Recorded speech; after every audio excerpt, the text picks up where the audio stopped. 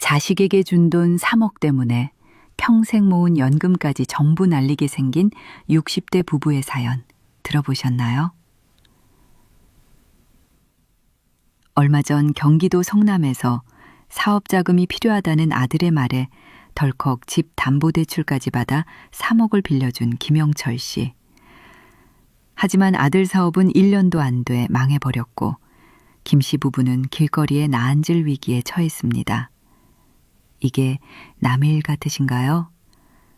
혹시 지금 자녀에게 주는 돈이 사랑이라고 믿고 계신가요? 하지만 그 믿음이 당신의 노후는 물론 자식의 인생까지 망가뜨리는 독이 될 수 있다는 사실을 알고 계십니까? 수십 년간 부자들을 연구한 전문가들은 이미 경고했습니다. 잘못된 경제적 지원은 자녀를 스스로 일어서지 못하게 만드는 족쇄일 뿐이라고 말이죠. 이미 수많은 부모들이 이 방법으로 후회하며 눈물 흘리고 있습니다.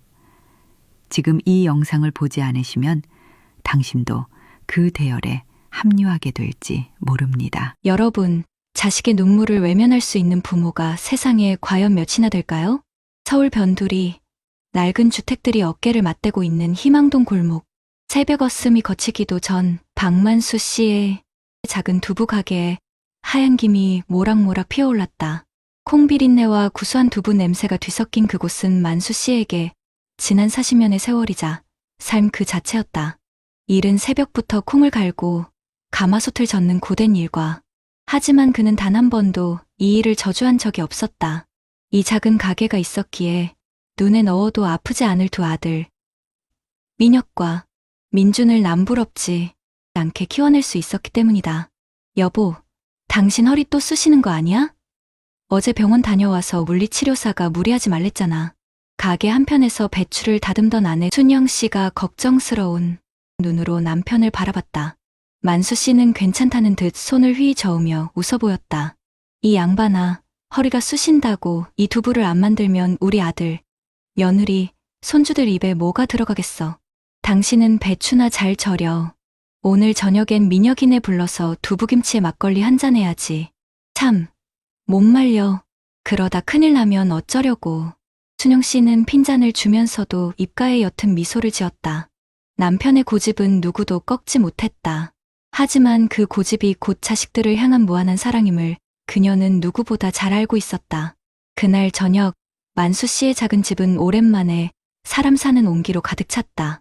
큰아들 민혁과 며느리, 그리고 토끼 같은 손녀딸까지 좁은 거실에 밥상을 펴고 둘러앉아 갓 만든 두부김치를 먹는 이 시간이 만수 씨 부부에게는 세상 가장 큰 행복이었다. 아버지, 어머니, 정말 맛있어요. 이 두부는 진짜 아버지 손맛 따라갈 곳이 없어요. 민혁은 연신 엄지를 치켜세우며 두부를 입안 가득 넣었다. 대기업 부장으로 번듯하게 자라준 아들이었다. 비록 회사가 어려워져 몇 년 전부터 월급이 동결되고 아파트 대출금 갚느라 허리가 휜다는 소리를 들을 때마다 부부의 마음은 미어졌지만 그래도 제압바림은 하는 아들이 대견했다. 맛있으면 많이 먹어라. 내일 갈 때 또 싸줄게. 만수 씨는 아들의 밥그릇 위에 따끈한 두부 한 조각을 더 올려주었다. 그때 잠시 머뭇거리던 민혁이 조심스럽게 입을 열었다. 아버지, 드릴 말씀이 있어요. 순간 왁자지껄하던 분위기가 조용해졌다. 민혁의 표정이 심상치 않음을 직감한 가족들의 시선이 그에게로 쏠렸다. 회사에서 희망퇴직을 받는다고 하네요. 제가 그 대상에 포함된 것 같아요. 청천벽력 같은 소리였다. 만수 씨는 손에 들고 있던 막걸리 잔을 떨어뜨릴 뻔했다. 순영 씨의 얼굴은 하얗게 질려갔다. 40대 중반, 한창 일할 나이에 직장을 잃을 위기라니. 며느리는 애써 괜찮은 척 웃어 보였지만 눈가는 이미 붉게 물들어 있었다. 그래서 생각한 게 있어요. 이번 기회에 제 사업을 한번 해보려고요. 예전부터 꿈꿔왔던 거잖아요. 친구랑 같이 작은 IT 스타트업을 해보려고 하는데 초기 자본이 좀 필요해서요. 민혁의 목소리가 점점 기어들어갔다. 그리고 그는 차마 부모님의 얼굴을 쳐다보지 못한 채 바닥을 보며 말을 이었다. 아버지, 혹시 가게 보증금 빼서 1억만 빌려주실 수 있을까요? 제가 3년 안에 꼭 3배로 갚겠습니다. 만수 씨는 아무 말도 할 수 없었다. 1억. 그에게는 평생을 바쳐 모은 전 재산이나 다름없는 돈이었다. 이 가게가 없으면 당장 내일부터의 생계가 막막해졌다. 하지만 아들의 절박한 눈빛을 보는 순간 그의 머릿속은 하얗게 비어버렸다. 평생을 성실하게 살아온 아들이었다. 그런 아들이 처음으로, 그것도 무릎까지 꿇을 기세로 부탁하는데 어느 부모가 그걸 매정하게 거절할 수 있을까? 옆에 있던 둘째 아들 민준이 발끈하며 나섰다. 형, 제정신이야. 아버지 가게 보증금 빼달라는 말이 어떻게 그렇게 쉽게 나와? 아버지, 어머니 노후는 어쩌고. 민준아, 넌 좀 가만히 있어. 내가 알아서 할 일이야. 알아서 하긴 뭘 알아서 해. 형이 사업에 대해 뭘 안다고 그래. 회사 생활만 하던 사람이. 형제의 목소리가 높아지자 만수 씨가 버럭 소리를 질렀다. 그만들 못해. 형제끼리 이게 무슨 짓이야. 만수 씨는 깊은 한숨을 내쉬었다. 그의 시선은 어느새 눈물을 글썽이는 큰아들에게로 향했다. 그는 평생 자식에게 안 된다는 말을 해본 적이 없는 아버지였다. 그리고 이번에도 그럴 자신이 없었다. 결국 만수 씨는 가게 보증금을 빼서 아들 민혁에게 1억을 건넸다. 평생을 의지해온 삶의 터전을 아들의 미래와 맞바꾼 것이다. 순영 씨는 밤새 잠을 설치며 불안해했지만 만수 씨는 우리 아들 민혁이가 누군데. 똑똑하고 성실한 놈이야. 금방 성공해서 우리 호강시켜줄 거다라며 아내를 다독였다. 그는 아들을 믿었다. 아니, 그렇게 믿고 싶었다. 민혁은 사업 초기 꽤 순조로운 출발을 보이는 듯했다. 번듯한 사무실도 없고 직원도 몇 명 뽑았다. 가끔씩 부모님 댁에 들러 비싼 과일과 용돈을 건네며 아버지, 조금만 기다리세요. 제가 꼭 성공해서 강남에 아파트 사드릴게요 라고 호언장담했다. 만수 씨 부부는 그 말을 들을 때마다 구름 위를 걷는 기분이었다. 가게를 잃은 허전함도 하루하루 줄어드는 통장 잔고의 불안함도 아들의 희망찬 미래 앞에선 아무것도 아닌 것처럼 느껴졌다. 하지만 그 행복은 오래가지 않았다. 1년이 채 지나지 않아 민혁의 사업은 급격히 기울기 시작했다. 야심차게 개발한 앱은 시장의 외면을 받았고 믿었던 친구는 투자금을 들고 잠적해버렸다. 상황은 걷잡을 수 없이 악화되었다. 민혁은 사채까지 끌어다 쓰며 버텨보려 했지만 결국 회사는 문을 닫게 되었다. 1억이라는 돈은 흔적도 없이 사라져버렸다. 그날 이후 민혁은 부모님 댁에 발길을 끊었다. 연락도 잘 받지 않았다. 만수 씨 부부의 마음은 새까맣게 타들어갔다. 아들이 잘못될까 봐 노심초사하며 하루하루를 보냈다. 그러던 어느 날 밤 만수 씨에게 낯선 번호로 전화 한 통이 걸려왔다. 박민혁 씨 아버지 되십니까? 당신 아들이 우리 돈 5천만 원을 빌려 쓰고 갚지 않고 있습니다. 당장 갚지 않으면 아들 신변은 보장 못합니다. 전화기 너머로 들려오는 험악한 목소리에 만수 씨의 심장이 쿵 내려앉았다. 그는 떨리는 손으로 전화를 끊고 주저앉았다. 모든 것이 무너져 내리는 기분이었다. 그는 남은 노후 자금을 탈탈 털고 둘째 아들 민준에게까지 손을 벌려 겨우 빚을 막았다. 민준은 울분을 토했다. 아버지, 도대체 언제까지 형 뒤치다꺼리만 하실 거예요? 저도 힘들게 살아요. 제 돈은 돈도 아니에요? 왜 항상 형한테만 모든 걸 다 퍼주시는 거예요? 저는 아들도 아니에요? 민준의 절규는 만수 씨의 가슴에 비수처럼 꽂혔다. 그는 단 한 번도 아들들을 차별한 적이 없다고 생각했다. 그저 도움이 더 필요한 자식에게 손을 내밀었을 뿐이었다. 하지만 그게 아니었다. 그의 사랑은 한쪽으로 기울어진 저울과 같았다. 그리고 그 불균형은 결국 모든 것을 망가뜨리고 있었다. 그날 밤, 만수 씨는 꽁꽁 숨어 지내던 민혁을 찾아 나섰다. 수소문 끝에 찾아간 곳은 허름한 고시원의 작은 쪽방이었다. 문을 열자 술 냄새와 곰팡이 냄새가 진동했다. 방 한가운데 수염도 깎지 않은 초췌한 모습의 민혁이 멍하니 앉아 있었다. 아버지를 본 민혁은 고개를 푹 숙인 채 아무 말도 하지 못했다. 만수 씨는 아들 앞에 조용히 앉았다. 분노와 원망이 치밀어 올랐지만 아들의 퀭한 눈을 보는 순간 모든 감정이 눈 녹듯 사라졌다. 그는 그저 아버지였다. 잘못된 길을 가는 자식을 끝까지 포기할 수 없는 미련한 아버지였다. 만수 씨는 떨리는 목소리로 입을 열었다. 민혁아 밥은 먹었냐? 그 한마디에 민혁의 어깨가 가늘게 떨리기 시작했다. 그는 끝내 참지 못하고 어린아이처럼 엉엉 울음을 터뜨렸다. 아버지, 제가 잘못했어요. 죄송해요, 아버지. 만수 씨는 우는 아들의 등을 말없이 토닥여 주었다. 그의 눈에서도 뜨거운 눈물이 뺨을 타고 흘러내렸다. 낡은 고시원 방 안, 두 부자의 울음소리만이 한동안 이어졌다. 그날 이후 만수 씨는 결심했다. 더 이상 아들을 온실 속 화초처럼 키우지 않기로. 진정으로 아들을 사랑하는 길은 돈을 쥐어주는 것이 아니라 스스로 일어설 힘을 길러주는 것임을 뼈저리게 깨달았다. 그는 민혁에게 남은 돈은 단 한 푼도 줄 수 없다고 단호하게 말했다. 대신 매일 새벽 함께 시장에 나가 일을 하자고 제안했다. 민혁은 처음에는 망설였다. 대기업 부장까지 했던 자신이 시장 바닥에서 허드레시를 해야 한다는 사실이 부끄러웠다. 하지만 벼랑 끝에 선 그에게 다른 선택지는 없었다. 그는 아버지의 손을 잡고 새벽 시장으로 나섰다. 새벽 공기를 가르며 리어카를 끌고 무거운 짐을 나르고 손님들에게 고개를 숙이는 일. 모든 것이 낯설고 고됐다. 하지만 민혁은 묵묵히 땀을 흘렸다. 7순이 넘은 아버지가 자신보다 더 구른 땀방울을 흘리며 일하는 모습을 보며 그는 차마 힘들다는 말을 할 수 없었다. 그는 비로소 깨달았다. 자신이 너무나 쉽게 생각했던 아버지의 돈이 얼마나 고된 노동과 희생의 대가였는지를. 시간이 흘러 부자 푸즈의 이마에는 굵은 땀방울이, 손에는 거친 굳은 살이 박였다. 민혁은 더 이상 과거의 번지르르한 모습이 아니었다.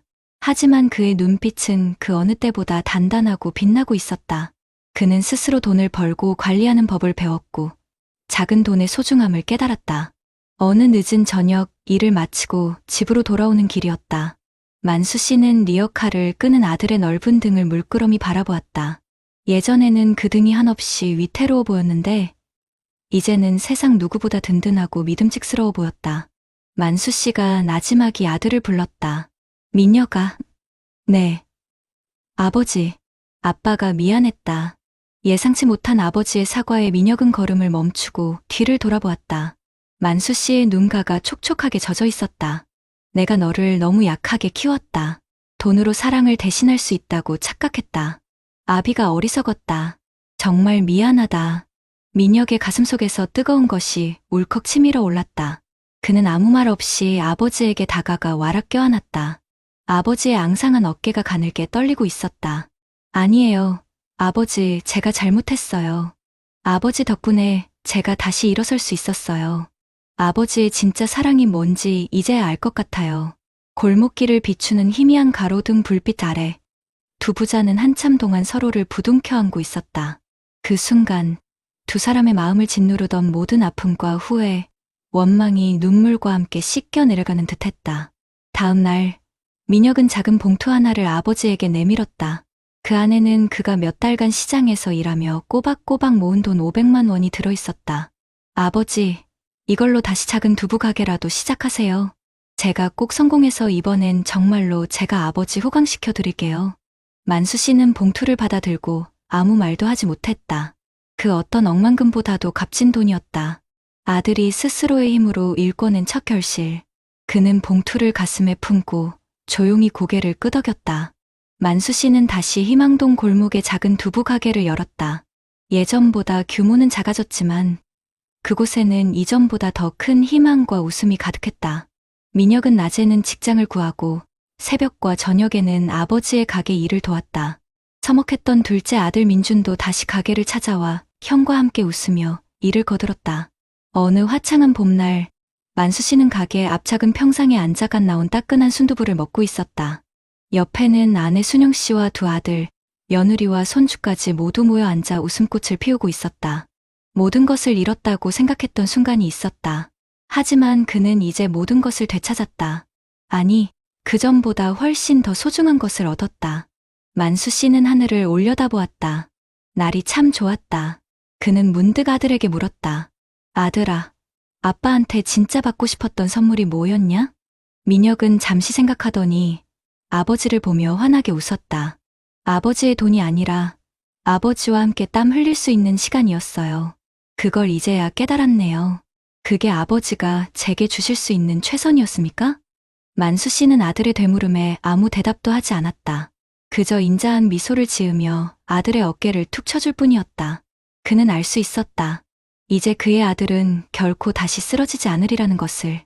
진정한 사랑은 돈이 아니라 스스로 일어설 수 있도록 믿고 기다려주는 것임을, 자식에게 줄 수 있는 가장 큰 선물은 막대한 유산이 아니라 경제적 독립이라는 날개임을 그는 온몸으로 깨달았다. 그리고 그 깨달음은 그의 남은 노후를 그 어떤 부자의 삶보다도 찬란하게 비춰주고 있었다. 여러분 어떠시나요? 위의 사례는 정말 비참하고 서글픈 인생 아닌가요? 하지만 지금부터 소개해드리는 사례는 정반대의 선택으로 행복한 노후를 보내고 있는 분을 소개해드리겠습니다. 세종시의 한적한 아파트 단지. 이른 아침 햇살이 거실 깊숙이 들어와 잘 가꿔진 난초 화분을 비출 때면 최정원 씨는 어김없이 클래식 라디오 채널의 주파수를 맞춥니다. 평생을 교직에 몸담아 교장으로 정년퇴임한 그에게 아침의 고요와 음악, 그리고 아내 숙자 씨가 내려주는 향긋한 드립커피 한 잔은 무엇과도 바꿀 수 없는 소중한 일과였습니다. 부부의 월 연금 수령액은 합쳐서 500만 원 남짓. 화려하진 않지만 두 사람이 소박하고 품위 있는 노후를 보내기엔 부족함이 없는 금액이었습니다. 정원 씨는 퇴임 후 허투루 시간을 보내지 않았습니다. 아내와 함께 매주 서예 교실에 나가 먹을 갈고 주말이면 작은 텃밭을 가꾸는 재미에 푹 빠져 살았죠. 자식들에게 손 벌리지 않고 오히려 가끔 찾아오는 손주들에게 용돈을 쥐어줄 수 있는 지금의 삶에 그는 더없이 만족하고 있었습니다. 그러던 어느 주말 저녁이었습니다. 하나뿐인 아들 진우가 아내와 아이들을 데리고 본가를 찾았습니다. 평소와 다름없이 화기애애한 저녁 식사 시간이 끝나고 정원 씨가 손주와 장기를 두고 있을 때였습니다. 아들 진우가 머뭇거리며 그에게 다가와 조용히 말을 건넸습니다. 아버지, 드릴 말씀이 있어요. 거실의 웃음소리가 순간 멎었습니다. 아내 숙자 씨도 며느리도 직감적으로 중요한 이야기임을 눈치챘죠. 진우는 잘 다니던 중견기업에 사표를 냈다고, 더 늦기 전에 자신의 꿈이었던 첨단 스마트팜 사업을 시작하고 싶다고 고백했습니다. 그는 자신이 몇 달간 공들여 만들었다는 수십 장짜리 사업 계획서를 아버지 앞에 펼쳐 보였습니다. 모든 것이 완벽해 보였습니다. 시장 분석, 예상 수익, 미래 비전까지. 하지만 마지막 한 가지가 문제였습니다. 초기 투자금. 진우는 아버지의 얼굴을 제대로 쳐다보지 못한 채 거의 기어들어가는 목소리로 말했습니다. 아버지 퇴직금으로 받으신 1억 5천만 원 딱 3년만 빌려주시면 안 될까요? 은행 이자보다 훨씬 높게 쳐서 반드시 2배로 갚겠습니다. 순간 정원 씨의 머릿속이 복잡해졌습니다. 1억 5천만 원. 그것은 부부의 연금만으로는 해결할 수 없는 갑작스러운 병원비나 위급 상황을 대비해 둔 그야말로 노후의 마지막 보루와도 같은 돈이었습니다. 옆에 있던 아내 숙자 씨는 금방이라도 그러자고 말할 듯한 얼굴로 남편과 아들을 번갈아 쳐다봤습니다.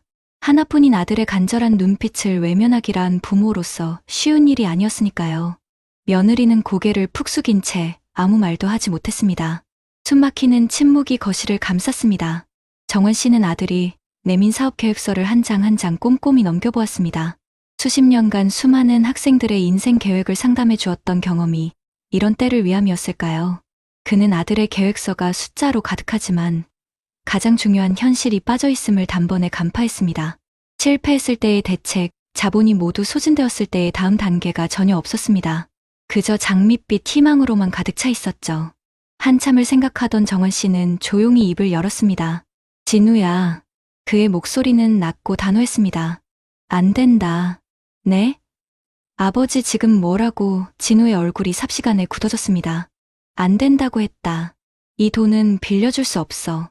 정원 씨는 자리에서 일어나 아들의 어깨를 잡았습니다. 아들아, 나는 너를 믿지 못해서 이러는 게 아니다. 오히려 너를 너무나 믿고 사랑하기에 이럴 수밖에 없는 거다. 이 돈은 나와 내 엄마의 남은 인생이 걸린 마지막 자존심이다. 이걸 너에게 줬다가 만에 하나 사업이 잘못되면 우리는 길거리에 나앉아야 할 뿐더러 너는 평생 부모의 노후를 망친 죄책감 속에서 살아가야 한다. 아비로서 도저히 너에게 그런 끔찍한 짐을 지게 할 수는 없다. 진우는 울분을 터뜨렸습니다. 결국 절 못 믿으시는 거잖아요. 아버지는 평생 그렇게 안정적인 길만 걸어오셨으니 제 도전이 무모해 보이시겠죠? 제가 이렇게까지 부탁드리는데 어떻게 그렇게 매정하게. 아들의 원망 섞인 목소리가 정원 씨의 가슴을 후벼팠습니다. 아내 숙자 씨는 옆에서 눈물만 훔쳤죠. 하지만 정원 씨는 흔들리지 않았습니다. 그는 대신 다른 제안을 했습니다. 돈은 줄 수 없다. 하지만 내 경험과 인맥은 얼마든지 빌려주마.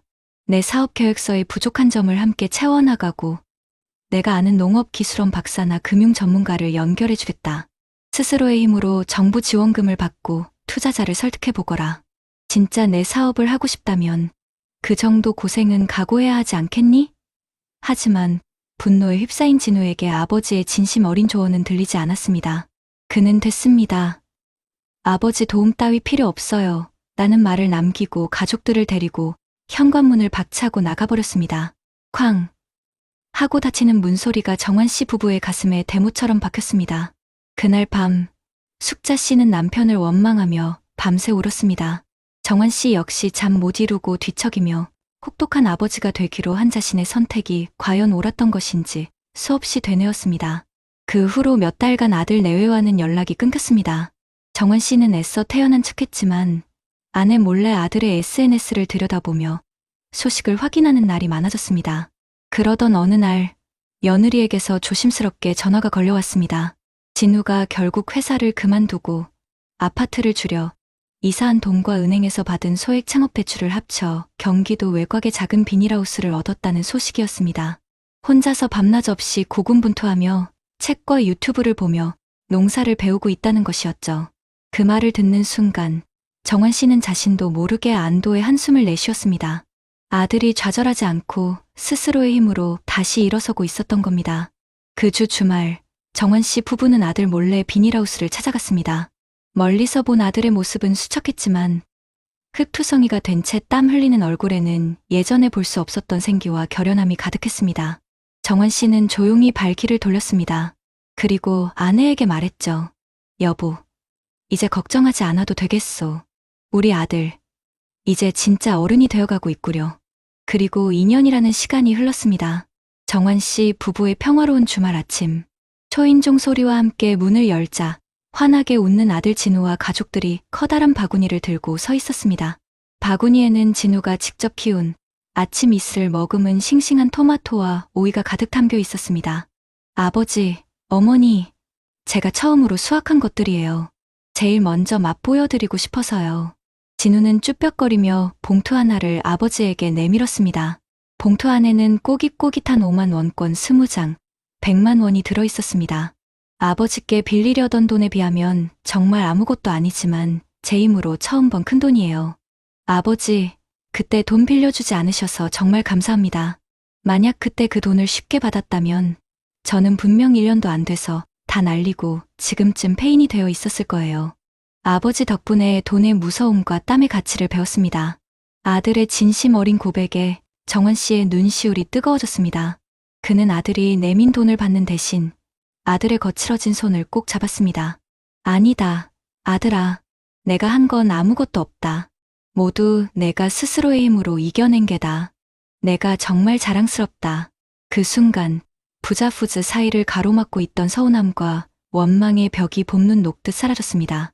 진정한 사랑은 무조건적인 지원이 아니라 때로는 매정하게 등을 돌려 스스로 일어서도록 믿고 기다려주는 것임을 부자는 서로의 눈을 보며 깨달았습니다. 오늘 정환 씨의 텃밭에는 아들이 가져온 스마트팜의 작은 모종들이 함께 자라고 있습니다. 서로에게 기댈지언정 의존하지 않는 건강한 부모와 자식의 모습, 그것이야말로 정환 씨가 평생을 바쳐 지켜낸 가장 값지고 찬란한 노후의 풍경이었습니다. 앞선 사례들을 잘 보셨나요? 이런 문제들과 관련해서 전문가들과 통계 자료를 소개해드리겠습니다. 혹시 경제적 외래 환자 치료하는 말 들어보셨습니까? 수십 년간 부자들을 연구한 토마스 스탠리라는 박사가 만든 말인데요. 성인이 된 자녀에게 계속해서 경제적 지원을 해주는 부모들의 행동을 마치 병원에 다니는 환자 돌보듯 한다고 해서 붙여진 이름입니다. 그런데 이 박사님은 이런 부모의 지원이 오히려 자녀가 스스로 돈을 벌고 재산을 모으는 능력을 완전히 망가뜨리는 톡이라고 강력하게 경고했습니다. 왜 그럴까요? 박사님의 연구 결과를 보면 정말 충격적입니다. 부모에게 계속 돈을 받는 자녀들은요, 그렇지 않은 자녀들보다 소득에 비해 훨씬 많은 돈을 써버리는 경향이 아주 강했습니다.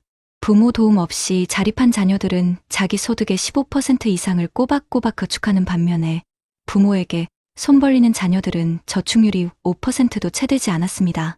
이들은 부모의 돈을 마치 자기 월급의 일부인 것처럼 착각하고 돈을 모아서 불려나갈 생각은 안 하고 오로지 쓰는 데에만 집중하게 되는 겁니다. 이런 지원이 과연 한두 번으로 끝날까요? 통계를 보면 부모가 자녀에게 경제적 지원을 하는 기간이 평균적으로 무려 23년이라고 합니다. 자녀가 결혼할 때, 집 살 때, 심지어 손주 양육비까지 이건 정말 밑 빠진 독에 물 붓기나 다름없습니다. 하버드 경영대학원에서 진행한 연구 결과는 더 무서운데요.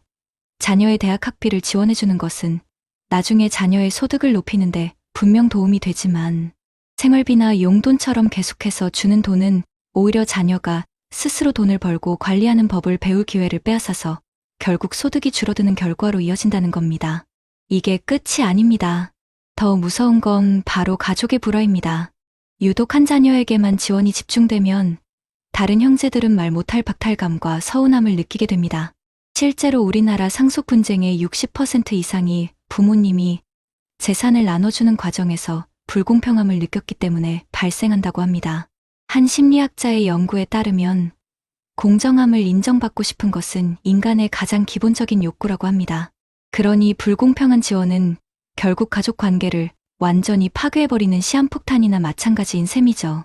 그렇다면 도대체 어떻게 해야 우리 부모님들의 소중한 노후도 지키고 자식의 인생도 망치지 않을 수 있을까요? 현명한 전문가들은 이렇게 조언합니다. 첫째, 언제 지원하느냐보다 무엇을 지원할 것인지가 훨씬 중요합니다. 자녀의 교육이나 미래를 위한 투자처럼 스스로 고기를 잡는 법을 가르쳐주는 곳에 지원을 집중해야 한다는 겁니다. 스탠포드 대학의 연구에 따르면 아이의 금융습관은 7살 이전에 대부분 형성된다고 합니다. 어릴 때부터 올바른 경제관념을 심어주는 것이 수억 원의 돈을 물려주는 것보다 훨씬 중요하다는 뜻이겠죠. 둘째, 조건 없는 지원은 없다는 원칙을 세워야 합니다. 만약 지원을 해야 한다면 지원의 목표와 기간, 금액을 자녀와 명확하게 합의해야 합니다. 예를 들어 창업 자금으로 1억 원을 주지만 5년 안에는 반드시 스스로 자립하는 것을 목표로 하자와 같이 구체적인 약속을 해야 한다는 겁니다.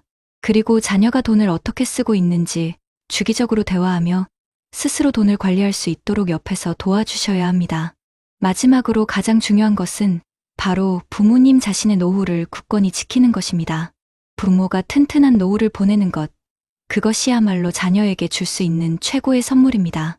부모님이 안정되어야 자식들도 심리적인 부담 없이 자기 인생에 온전히 집중할 수 있기 때문입니다. 하버드의 한 심리학 연구에 따르면 자녀가 부모에게 기댈 때보다 스스로 무언가를 성취했을 때 느끼는 행복감이 비교도 안 될 만큼 크다고 합니다. 진정한 자식의 행복은 결국 스스로 일어서는 것에 있다는 말이죠. 자녀를 진정으로 사랑하신다면 잠깐의 어려움을 막아주는 돈이 아니라 어떤 어려움도 스스로 헤쳐나갈 수 있는 경제적 독립이라는 가장 큰 선물을 주셔야 합니다. 무분별한 지원은 부모와 자식 모두를 불행의 구렁텅이로 몰아넣는 길일 뿐입니다. 지금 당장 지원의 원칙을 바로 세우시고 자녀와 진솔한 대화를 시작해보시는 건 어떨까요?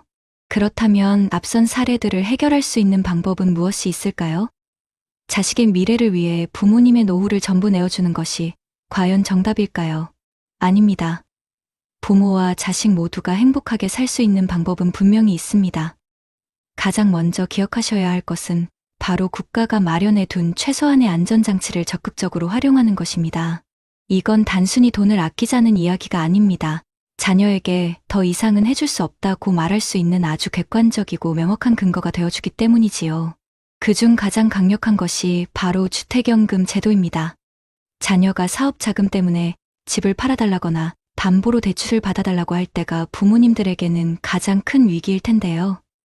이때 주택연금은 우리 어르신들의 보금자리도 지키고 매달 생활비도 꼬박꼬박 받을 수 있는 최고의 방패막이가 되어줍니다.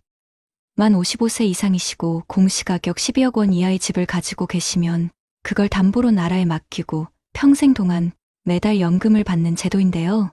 이게 왜 강력하냐면요. 첫째로 연금을 받으면서도 평생 내 집에서 살 수 있고 둘째로는 나라가 보증하기 때문에 연금이 끊길 일이 전혀 없습니다. 그리고 나중에 혹시라도 집값이 연금 받은 총액보다 떨어져도 자식에게 그 차액을 물어내라고 하지 않습니다. 오히려 집값이 오르면 남는 금액은 자녀에게 고스란히 상속이 되고요. 세금 깎아주는 혜택도 있습니다. 그러니 자녀가 무리한 부탁을 해올 때 이렇게 말씀하시는 겁니다. 얘야, 이 집은 이미 나라에 맡기고 우리 부부의 노후 연금으로 쓰고 있단다. 그래서 담보로 주거나 팔 수가 없는 상황이야. 이렇게 감정적으로 거절하는 게 아니라 제도를 근거로 딱 잘라 이야기하면 자녀도 더 이상 고집을 부리기 힘들어집니다. 그리고 또 하나, 자녀의 다급한 사정을 들으면 마음이 흔들리고 이성적인 판단이 어려워질 때가 많으시죠. 그럴 때는 혼자 끙끙 앓지 마시고 반드시 전문가의 도움을 받으셔야 합니다. 서울시를 비롯해서 각 지역마다 금융복지 상담센터라는 곳이 있는데요. 이런 어려움을 겪는 분들을 위해서 무료로 상담을 해주는 아주 고마운 곳입니다. 여기에 찾아가시면 지금 우리 집 살림살이가 어떤지 꼼꼼하게 봐주고 자녀에게 돈을 빌려줬을 때 내 노후가 어떻게 될지 현실적으로 분석해줍니다. 만약 이미 자녀 때문에 빚을 지셨다면 빚을 어떻게 조정하고 갚아나갈지 계획도 함께 세워주고요. 당장 생활비나 병원비가 급할 때 받을 수 있는 다른 복지 혜택은 없는지 찾아서 연결까지 해줍니다. 자녀에게 큰 돈을 주기 직전 정말 이게 맞는 건지 판단이 서지 않을 때, 또 이미 빌려준 돈 때문에 내 생활이 힘들어졌을 때 절대 주저하지 마시고 이런 기관의 문을 두드리십시오. 전문가의 냉철한 조언 한마디가 자녀의 눈물 섞인 호소를 이겨낼 큰 힘이 되어줄 겁니다. 이제는 좀 더 현실적인 조언을 해드릴까 합니다. 전문가들은 모두 입을 모아서 이야기합니다. 자녀에게 물고기를 잡아주는 부모가 아니라 때로는 스스로 강가에 걸어가게 하는 매정한 부모가 되어야 한다고요. 이번이 진짜 마지막이다. 이런 마음속 다짐은 아무 소용이 없습니다. 그래서 자녀 지원에 대한 우리 집만의 원칙을 분명하게 세우고 가족들 앞에서 선언해야 합니다. 예를 들면 결혼할 때 집 얻는데 1억 원까지는 보태주겠다. 하지만 그 이후에 사업을 하거나 집을 넓히는 건 너희들 힘으로 해야 한다. 이렇게 구체적인 금액과 한도를 정하는 것이죠. 그리고 만약 돈을 빌려주게 된다면 아무리 자식이라도 반드시 차용증을 받으셔야 합니다. 이건 자식을 못 믿어서가 아닙니다. 돈의 가치가 얼마나 무거운지, 그리고 빌린 돈은 반드시 갚아야 한다는 책임감을 가르쳐주는 최소한의 장치이자 진정한 경제 교육입니다. 그리고 우리 부모님들이 가진 가장 큰 자산이 돈이 아닐 수도 있습니다. 수십 년 동안 쌓아오신 삶의 경험과 지혜, 그리고 주변의 인맥이야말로 돈보다 훨씬 값진 자산이 될 수 있지요. 자녀가 사업을 하겠다고 하면 사업계획서를 같이 들여다보면서 어떤 점이 부족한지 현실적인 조언을 해주고 그 분야에서 먼저 성공한 동창이나 후배가 있다면 다리를 놔주는 겁니다. 돈으로 해결해주는 것보다 이렇게 시간과 경험을 지원해주는 것이 자녀가 스스로 문제를 해결하는 능력을 키우고 실패할 확률을 줄이는 가장 효과적인 방법입니다. 마지막으로 조금은 불편하고 어려운 대화를 자녀와 꼭 나눠보셔야 합니다. 만약에 사업이 1년 안에 잘못되면 그 빚은 어떻게 갚을 거니? 투자한 돈을 다 날리면 우리 가족은 앞으로 어떻게 먹고 살아야 할까? 와 같은 최악의 상황을 가정하고 질문을 던져야 합니다. 이런 대화가 자녀의 희망찬 계획에 찬물을 끼얹는 것 같아서 마음이 아프실 수도 있지만 이건 저주를 퍼붓는 게 아니라 실패했을 때 받을 충격을 조금이라도 줄이고 현실적인 대안을 함께 고민해보는 아주 중요한 과정입니다. 이 과정을 통해 자녀 스스로가 사업의 위험성을 깨닫고 계획을 수정하거나 포기하는 현명한 결정을 내릴 수도 있습니다. 진정한 자식 사랑은 자녀의 모든 문제를 대신 해결해주는 것이 아닙니다. 부모님 자신의 노후를 굳건히 지키는 모습을 보여줌으로써 자녀에게 더 이상 기댈 곳이 없다는 것을 알려주고 스스로의 힘으로 인생을 헤쳐나가도록 믿고 지켜봐 주는 것입니다. 부모의 안정된 노후야말로 자녀의 어깨에 놓인 죄책감과 부담감을 덜어주는 가장 큰 선물이라는 사실을 꼭 기억하셨으면 좋겠습니다.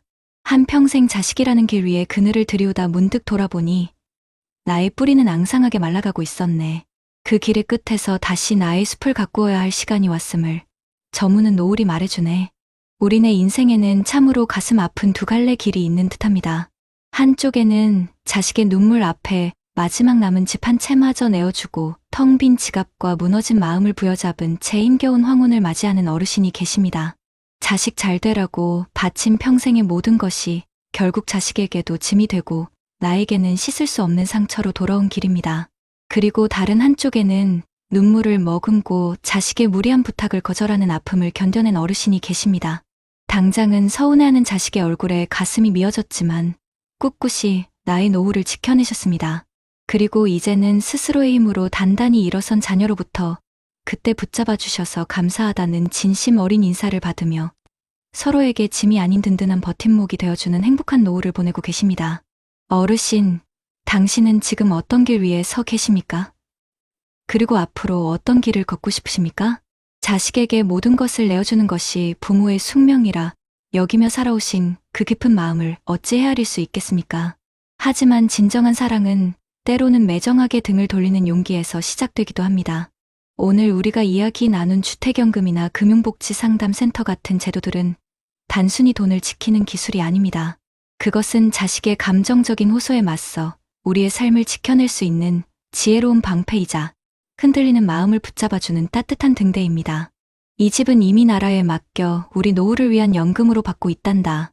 이 한마디는 자식에게 상처를 주는 말이 아니라 더 이상 너에게 기댈 수 없으니 이제 너의 힘으로 날아오르라는 부모의 가장 깊고 진실된 응원입니다. 품 안의 자식은 날갯짓을 잊어버리지만 둥지 밖으로 밀어낸 자식은 비로소 하늘을 나는 법을 배웁니다. 돈으로 해결해주는 부모가 아니라 수십 년 세월이 응축된 지혜와 경험으로 자식의 길을 비춰주는 부모가 되어주십시오. 차가운 돈다발 대신 실패의 위험을 함께 고민하고 최악의 상황을 대비하는 그 불편한 대화야말로 자식을 더 큰 나락에서 구해내는 생명줄이 될 수 있습니다. 만약 잘못되면 어떡할 거니? 이 질문은 저주가 아니라 실패마저도 보듬으려는 부모의 애끓는 사랑의 다른 표현입니다.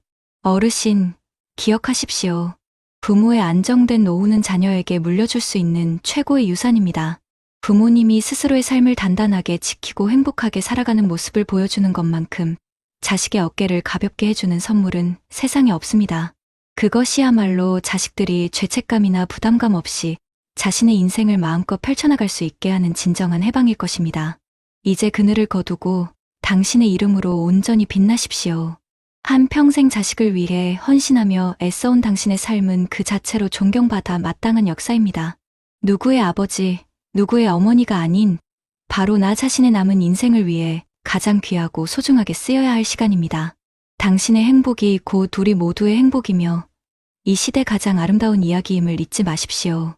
요즘 이런 뉴스 보며 깜짝 놀라신 적 있으신가요? 자식이 갑자기 쓰러졌는데 수술비 2천만 원이 없어 수술을 못 진행했다는 소식 말입니다. 서울뿐 아니라 부산, 대구에서도 이런 일이 반복되고 있어요. 평생 집 한 채 마련했다고 안심했던 50대, 60대 분들이 정작 통장을 열어보면 당장 쓸 수 있는 현금은 고작 몇십만 원 뿐이라고 합니다. 혹시 여러분도 비슷한 불안 느껴보신 적 있으신가요? 자산은 10억, 20억 있다고 믿었는데 막상 급한 상황이 닥치면 지금 당장 쓸 돈이 없어 속수무책이 되는 경우 너무 많습니다. 그리고 이걸 모르면 어느 날 우리 가족에게도 똑같은 일이 벌어질 수 있습니다. 여러분은 이런 질문 한 번쯤 해보신 적 있으신가요? 평생 모은 집 한 채 건데 정말 급할 때는 왜 아무 도움이 되지 않을까? 서울 변두리의 오래된 전통시장. 김나영순 할머니 올해 75. 장바구니를 끌며 칼국수집 앞을 지나가다가도 늘 잠시 멈춰 서는 곳이 있다. 오래된 스피커에서 흘러나오는 라디오 소리. 80년대 트로트가 조용히 시장 공기를 비집고 나온다. 영순이 왔어? 칼국수집 주인 순덕 씨가 손을 흔든다. 그럼 왔지. 오늘도 덤 좀 챙겨줘야지.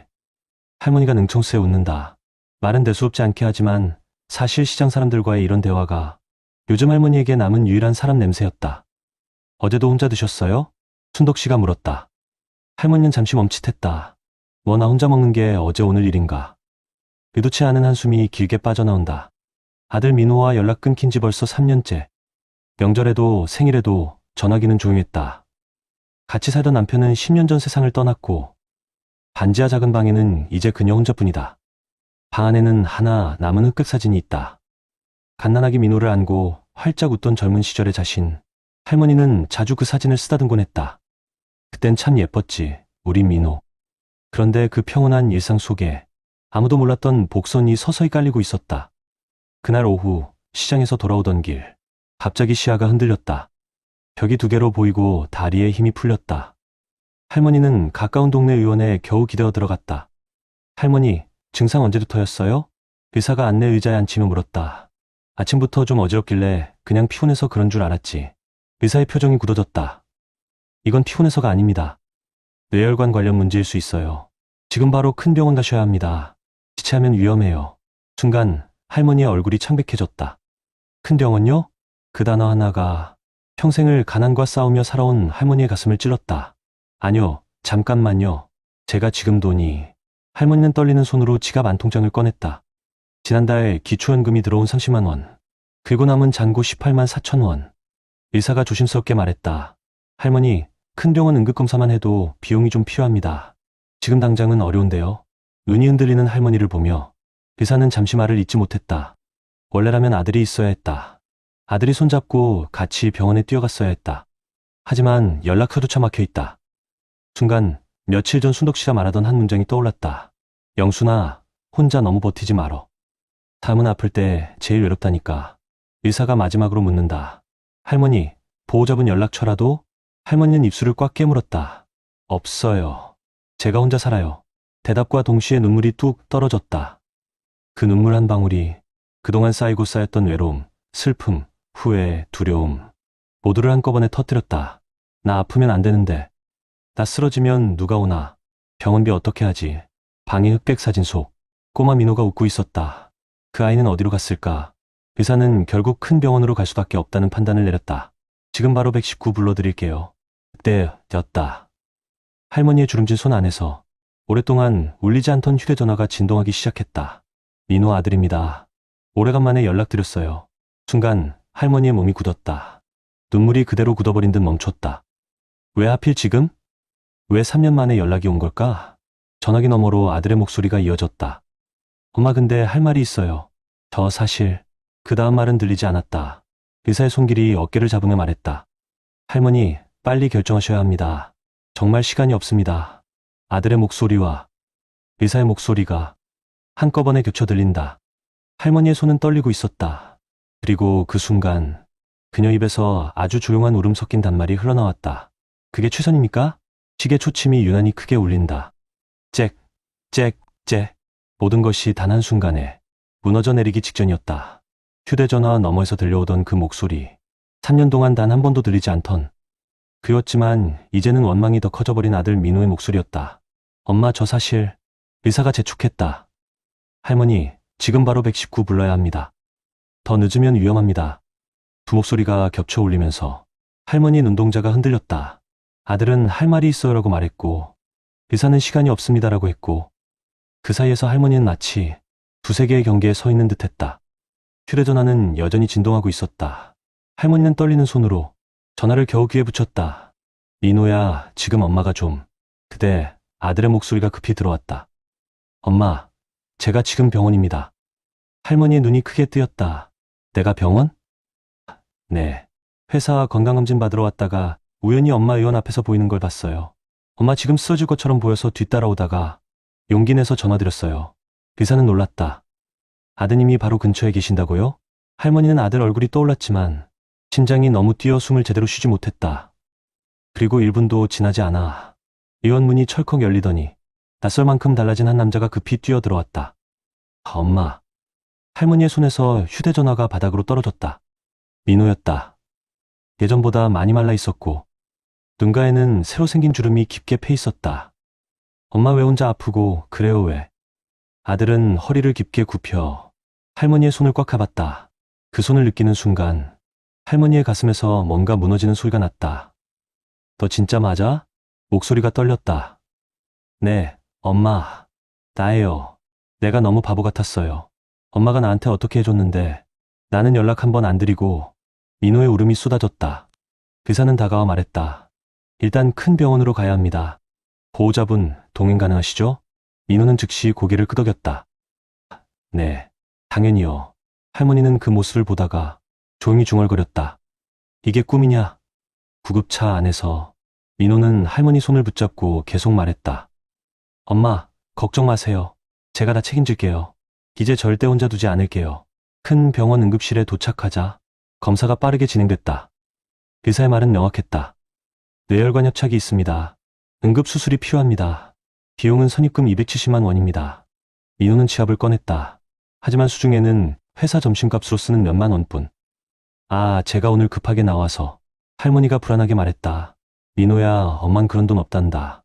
민호는 즉시 카드로 결제를 시도했다. 잔액 부족, 다른 카드, 연체. 그 순간 민호의 얼굴이 새하얗게 변했다. 엄마, 나 사실 한동안 실직했었어요. 재취업했는데 아직 형편이 안 좋아서 카드를 막아놨던 걸 깜빡했어요. 응급실 담당 간호사가 말했다. 보증금 없으면 수술 일정이 밀릴 수 있어요. 할머니의 손이 작게 떨렸다. 그리고 그 떨림이 마치 그 불안과 완전히 연결되었다. 민호는 초조하게 주변을 살폈다. 그러다 갑자기 말했다. 할머니, 아니, 엄마. 혹시 집에 예전에 아빠가 남겨둔 통장 같은 거 없어요? 할머니는 천천히 눈을 감았다. 없어. 아빠 세상 떠나고 그 돈 다 너 대학 보내는데 썼잖아. 민호의 입술이 떨렸다. 그때 할머니가 갑자기 말했다. 내 방 흑백 사진 있지? 그 사진 액자 뒤에 엄마가 평생 쓴 적 없는 봉투 하나 있을 거야. 민호는 놀라 눈을 크게 떴다. 봉투요? 민호 돌잔치 때 내가 잡았던 돌잡이 기억나냐? 복주머니 그걸 잡았었지. 그래서 엄마가 혹시 모르니 비상금 따로 만들어두자고 10,000원, 20,000원 조금씩 넣어둔 게 있어. 민호는 의사에게 말했다. 선생님, 제가 10분만 시간을 받으면 안 될까요? 의사는 잠시 고민하더니 말했다. 위험할 수 있지만 보호자가 곁에 있고 10분 내로 돌아오겠다면 허가합니다. 민호는 구급차보다 더 빠르게 뛰었다. 반지하 계단을 내려가 방문을 열었다. 흑백 사진, 엄마가 아기를 안고 웃던 사진. 그 액자를 뒤로 돌리자 정말 한 봉투가 테이프로 붙어 있었다. 민호 비상금, 할머니의 삐뚤빼뚤한 글씨였다. 봉투를 열자 구겨진 10,000원짜리, 5,000원짜리, 100,000원짜리, 500,000원짜리가 섞여 있었다. 총 금액은 267만 원. 민호는 그 자리에서 울음을 터뜨렸다. 엄마가 이런 걸 나한테 남겨놨다고? 손에 힘이 풀려도 봉투는 절대 떨어지지 않았다. 마치 누군가의 손을 놓치고 싶지 않은 듯 꼭 쥐고 뛰었다. 민호가 돌아오자 간호사가 재빨리 계산을 도왔다. 270만 원 중 부족한 3만 원은 나중에 정산하세요. 민호는 떨리는 눈으로 말했다. 엄마 나왔어. 엄마가 남겨둔 돈으로 수술할 수 있어. 침대에 누워있는 할머니는 곧 수술실로 이동될 준비를 받고 있었다. 그녀는 힘겹게 미소 지었다. 그 돈 원래는 내 결혼할 때 보태주려고. 근데 지금 이게 최선이네. 민호는 그 자리에서 목이 메어 말을 잇지 못했다. 엄마 미안해요. 정말 미안해요. 내가 너무 늦었죠? 할머니는 손을 뻗어 민호의 뺨을 쓰다듬었다. 날이 좋아서 그랬어. 날이 나빠서도 그랬고 그냥 내가 내 아들이라서 그랬어. 그 말은 민호의 심장을 그대로 꿰뚫었다. 수술실 문이 천천히 닫혀가며 할머니의 마지막 말이 들렸다. 엄마는 내가 와줘서 그걸로 됐다. 엄마. 문은 철컥 닫혔다. 수술 중 불이 꺼진 복도. 민호는 두 손에 비상금 봉투를 쥐고 꼭 껴안고 있었다. 그 봉투는 그동안 자신이 몰랐던 엄마의 사랑 그 자체였다. 그때 응급실 안내방송이 울렸다. 수술하신 김나영순 보호자분, 수술 경과 설명 위에 가족 대기실로 오세요. 민호는 깊게 숨을 삼켰다.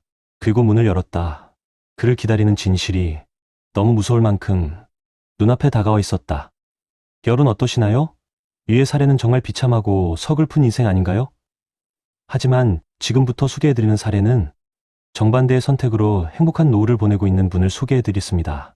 정혜준 씨는 올해 66, 전남의 한 작은 도시에서 아내와 둘이 살고 있습니다.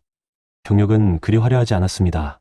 서울도 강남도 아니고 시청 토목과 공무원으로 평생을 보냈습니다. 출근과 퇴근이 반복되는 30몇 년 동안 남들 눈에 그는 그저 무난한 공무원 아저씨일 뿐이었습니다. 퇴직 후 그의 삶은 놀라울 만큼 단순합니다. 아침에 일어나면 라디오를 켜고 시장에 들러 콩나물과 두부를 사고 아내와 함께 점심을 먹습니다. 점심 이후에는 동네 작은 도서관이나 공원을 산책하고 저녁에는 손주 얼굴을 영상통화로 한번 보는 것이 거의 일과의 전부입니다. 하지만 숫자를 들여다보면 이 평범함 속에 다른 비밀이 숨어 있습니다. 정혜준 씨는 매달 공무원 연금 약 280만 원을 받습니다. 집은 오래된 아파트 한 채, 전세나 대출은 없습니다. 통장에는 따로 마련해둔 비상금과 1년치 생활비가 항상 현금으로 들어 있습니다. 남들이 부러워하는 화려한 자산가는 아니지만 어디에 내놔도 부끄럽지 않은 조용한 부자입니다. 그가 이런 노후를 맞게 된 데에는 오래전 한 장면이 깊게 박혀 있습니다. IMF 직후였던 90년대 후반, 시청 동료 한 명이 있었습니다. 주식과 빌라 투자로 나 이제 부동산 부자야라며 어깨에 힘이 잔뜩 들어가 있던 사람. 그러다 어느 날 그 동료가 조용히 사표를 내고 사라졌다는 이야기가 돌았습니다. 집은 여러 채였지만 대출과 이자가 너무 쌓여 결국 한꺼번에 무너졌다는 소문이 뒤따랐습니다. 그때부터였습니다. 정혜준 씨 머릿속에 한 문장이 깊게 박혔습니다. 집이 많은 게 중요한 게 아니구나. 갈 때 꺼내 쓸 수 있는 현금이 없으면 그건 내 돈이 아니구나. 그날 이후 그는 남들이 아파트값, 코스피 지수 얘기를 할 때 혼자 조용히 가계부를 쓰기 시작했습니다. 월급이 들어오면 가장 먼저 비상금 통장으로 10만 원, 20만 원을 꾸준히 옮겨두고 아이들 학원비, 생활비를 빼고 남은 돈으로만 소비와 소액 투자를 했습니다. 아내는 처음엔 불만이 많았습니다. 여보, 우리도 남들처럼 새 아파트로 이사 가면 안 돼요? 맨날 이 오래된 주공 아파트에서만 살 거예요? 그때 그는 이렇게 말했습니다.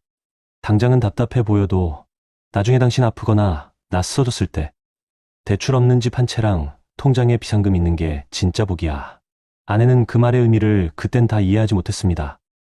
하지만 세월이 흘러 물가가 오르고 금리가 오르고 주변 친구들이 전세금 문제와 대출 이자로 한숨을 쉬는 모습을 보면서 조금씩 남편의 고집이 이해되기 시작했습니다. 2025년 대한민국은 고령사회 이야기가 더 이상 뉴스에서만 들리는 말이 아니게 되었습니다.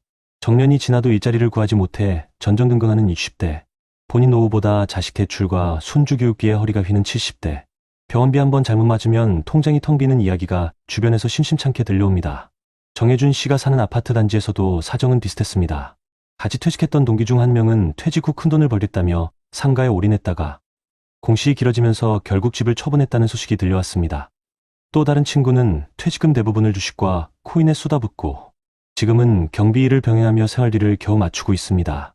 저녁에 단지 벤치에 앉아 이런저런 이야기를 나누다 보면 늘 마지막엔 같은 말이 나옵니다. 야, 혜준아. 넌 그래도 연금에 비상금까지 있다며? 넌 성공한 거야. 요즘 같은 세상에 그런 놓으면 진짜 복이지. 그럴 때마다 그는 쑥스러워하며 웃어넘기지만 마음 한켠에는 조용한 안도감이 자리 잡고 있었습니다. 매달 연금이 꼬박꼬박 들어오고 통장에는 몇 년 동안 손대지 않은 비상금이 묵묵히 자리를 지키고 있다는 사실이 그의 밤잠을 지켜주고 있었기 때문입니다. 하지만 인생은 준비한 사람에게조차 한 번쯤은 큰 파도를 던지는 법입니다. 어느 봄날이었습니다. 벚꽃이 막 피기 시작한 4월. 혜준 씨 부부는 오랜만에 시내 병원을 찾았습니다. 아내 이정민 씨가 몇 달 전부터 조금씩 체중이 빠지고 속이 더부룩하다는 말을 해왔기 때문입니다. 연세도 있으니 큰 병원에서 한번 정밀검사 받아보세요. 동네 내과 의사의 말에 두른 것 반, 피우성 반으로 종합병원 예약을 잡았습니다. 검사 날 아침, 정민 씨는 일부러 새로 산 연보라색 블라우스를 입었습니다. 괜히 기분이 좀 그렇네. 걱정할 거 없다면서도 이상하게 떨려.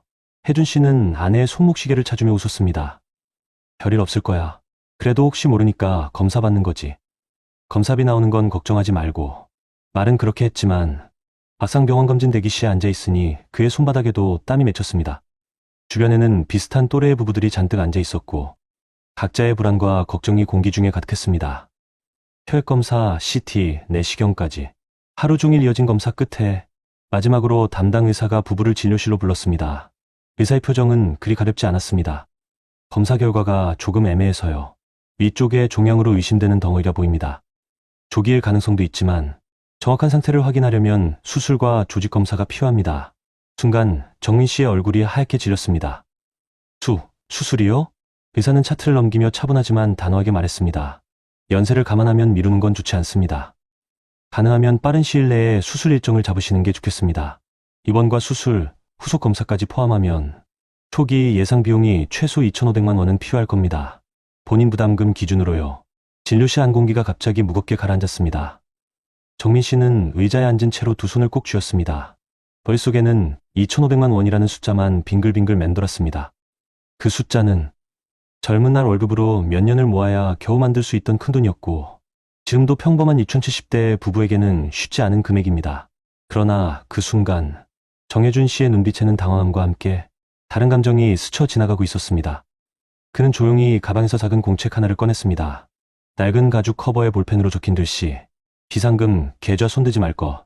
그 공책 속에는 그가 지난 30년 동안 한 푼 두 푼 모아온 계좌 번호들과 각 계좌에 적어둔 메모들이 또박또박 적혀 있었습니다. 여보, 그가 아내를 바라보며 천천히 말했다. 우리 그러려고 모은 돈 있잖아. 아내는 남편의 얼굴을 바라봤습니다.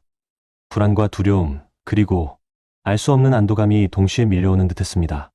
그리고 의사는 다시 한번 물었습니다. 어떻게 하시겠습니까? 수술 일정은 가능한 한 빨리 잡는 게 좋겠습니다. 정혜준 씨는 잠시 눈을 감았다가 천천히 고개를 들었습니다. 그의 시선은 한 번도 휘둘리지 않겠다는 사람처럼 단단해져 있었습니다. 선생님, 그가 말했다. 수술 진행해 주십시오. 준비는 이미 오래전에 해뒀습니다. 진료실 안공기가 살짝 흔들리는 듯했습니다. 아내는 남편을 바라보며 처음으로 그가 평생 입버릇처럼 말하던 한 문장이 떠올랐습니다. 언젠가 우리한테도 큰일 한 번은 올 거야. 그때 버티는 건 집이 아니라 통장 속 현금일 거야. 그 말의 의미가 이제야 피부로 느껴지기 시작했습니다. 정민 씨는 천천히 눈물을 흡혔습니다. 두려움 속에서도 그녀의 손을 잡고 있는 남편의 손은 믿음직스럽게 따뜻했습니다. 그리고 두 사람은 병원 복도 끝 창가에 잠시 나란히 서서 벚꽃이 흩날리는 풍경을 바라봤습니다. 그 풍경 속에서 젊은 날 월급날마다 봉투를 나누던 두 사람의 모습이 겹쳐 보이는 듯했습니다. 그때의 선택들이 지금 이 순간 조용히 빛을 내고 있었습니다. 정혜준 씨 부부에게 이 수술이 어떤 변화를 가져올지, 그리고 그들이 어떻게 이 시간을 건너가게 될지는 아직 아무도 모릅니다. 하지만 한 가지는 분명했습니다. 이 부부는 현금 없는 부자가 아닌 준비된 노후를 선택해온 사람들이라는 것. 그리고 그 선택이 2025년 대한민국의 거친 현실 속에서 어떤 힘을 발휘하게 될지, 이야기는 이제 본격적으로 시작되고 있었습니다. 정혜준 씨는 수술 동의서의 사인을 마치고 병원 복도 끝에 홀로 서 있었습니다. 하얀 형광등 아래서 그가 쥔 볼펜은 아까까지 떨리고 있었다. 하지만 사인을 마친 후부터는 손끝이 이상하리만큼 안정돼 있었다. 여보, 나 금방 나올 테니까 너무 걱정 말아요. 수술실로 들어가는 아내는 작은 목소리로 그렇게 말했다. 혜준 씨는 손가락 끝으로 아내의 손등을 살짝 쓸어내렸다. 정민아, 내가 여기서 기다릴게. 평생 기다렸으니 이것쯤이야. 그리고 수술실 문이 천천히 닫혔다. 철컥, 그 소리가 복도 전체에 울렸다. 수술이 시작되고 30분쯤 지났을까. 의료진이 불러서 나온 것은 아니었지만 수술실 위쪽의 붉은 수술 중 불빛을 바라보는 것만으로 혜준 씨의 심장은 계속 빠르게 뛰었다. 그는 잠시 의자에 앉았다가 다시 일어났다가 복도를 몇 번이고 천천히 걸어갔다가 돌아왔다. 그 순간 그의 귀에 시장에서 들리던 라디오 멜로디가 갑자기 스쳐 지나갔다. 세워라, 내어라, 가지를 마라. 그 노래를 들으며 칼국수집 순덕 씨가 덤으로 주던 년 사리를 받으며 이 나이에 덤이라니 참 고맙네라고 웃던 지난날이 떠올랐다. 평소 같으면 그 기억이 따뜻했을 텐데 오늘은 왠지 심장을 더 조여오는 듯했다. 정민아, 제발 잘 버텨줘라. 그리고 그 순간이었다. 수술 문이 열렸다. 하얀 가운을 입은 의료진이 빠르게 오갔다. 혜준 씨는 자리에서 벌떡 일어났다. 선생님, 무슨 일입니까? 의사는 눈썹을 살짝 찌푸린 채 말했다. 수술 중 발견된 종양의 일부가 생각보다 단단합니다. 예상보다 조금 시간이 더 걸릴 수 있습니다. 지금까지는 안정적입니다. 하지만 조금만 더 기다려 주십시오. 혜준 씨는 고개를 끄덕였지만 그 말의 무게는 가벼울 리 없었다. 눈앞이 순간 아득해졌다. 한꺼번에 식은땀이 났다. 하지만 그는 의자에 힘없이 주저앉는 대신 주머니에서 작게 접어넣어둔 메모지를 꺼냈다. 비상금, 계좌 손대지 말 거, 생활비 1년치 절대 유지, 위기 시 즉시 사용 가능 예금. 그는 그 작은 메모지고를 꼭 쥐며 스스로 되뇌었다. 내가 오늘을 위해 준비해온 거잖아. 그 말과 함께 그의 호흡이 서서히 안정됐다. 2시간이 흘렀다. 3시간이 지났다. 긴장 속에서 손바닥은 땀으로 젖었지만 그의 등은 더 이상 구부러져 있지 않았다. 그리고 오후 3시 48분 수술 문이 철컥 소리를 내며 열렸다. 담당 의사가 마스크를 벗으며 다가왔다. 보호자분, 수술 잘 끝났습니다. 그 순간 혜준 씨의 무릎이 휘청하며 주저앉을 뻔했다. 정말입니까? 의사는 따뜻하게 고개를 끄덕였다. 종양이 조기 단계였습니다. 예상보다 진행이 빠르지 않아 큰절제 없이 제거할 수 있었습니다. 당분간 회복이 필요하지만 충분히 완치 가능성이 높습니다. 말씀을 마치고 나서야 혜준 씨 눈가에서 눈물이 서서히 흘러내렸다. 고맙습니다, 정말. 그리고 그 순간 그의 머릿속에서 실패했던 동료들의 얼굴이 스쳐갔다. 퇴직 후 투자 실패로 집을 잃고 떠돌던 사람들, 수술비가 없어 아내를 잃고 평생 죄책감에 살아가던 사람, 연금도 비상금도 없이 홀로 병원비에 묻어뒀던 옛 동료들. 그래, 난 준비했었지. 그가 천천히 눈을 감았다 뜰 때 그 눈빛은 누군가의 인생을 지켜낸 사람의 것처럼 보였다. 아내는 회복실에서 희미한 눈빛으로 남편을 바라보았다. 여보, 나 살아난 거예요? 그 순간 혜준 씨는 아내의 손을 꾹 잡으며 말했다. 당신이니까, 내가 지켜야 할 사람이니까. 그리고 우리 준비해 놓았잖아. 아내의 눈에 눈물이 한 번에 고였다. 당신 말 맞았어요. 그동안 내가 뭐라 했던 거 미안해요. 그는 고개를 흔들었다. 아니야. 당신 건강이 제일 중요한 거지. 돈은 준비하면 돼. 근데 당신은 준비할 수 없는 거잖아. 그 말은 일부에서 위사래의 사람들, 수술비가 없어 집을 금매로 팔고 현금이 없어 위기의 순간 무너졌던 사람들, 그 모든 장면과 정반대되는 순간이었다. 아내의 얼굴엔 안도와 감사가 복잡하게 섞여 있었다. 며칠 뒤 아내의 수술 후 상태가 점점 안정되자 병실에는 잔잔한 평온이 내려앉았다. 아내는 남편에게 물었다. 여보, 그때 대출받아 아파트 넓혀가자는 내 말 안 들어줘서 고마워요. 혜준 씨는 멋쩍게 웃었다. 아니, 뭐? 그대도 이 말을 하고 싶었어. 뭔데요? 그는 창밖 햇빛을 바라보며 조용히 말해었다. 집이 우리를 지켜주는 게 아니고 현금이 우리를 지켜주는 거였어. 아내는 그의 손을 천천히 잡았다.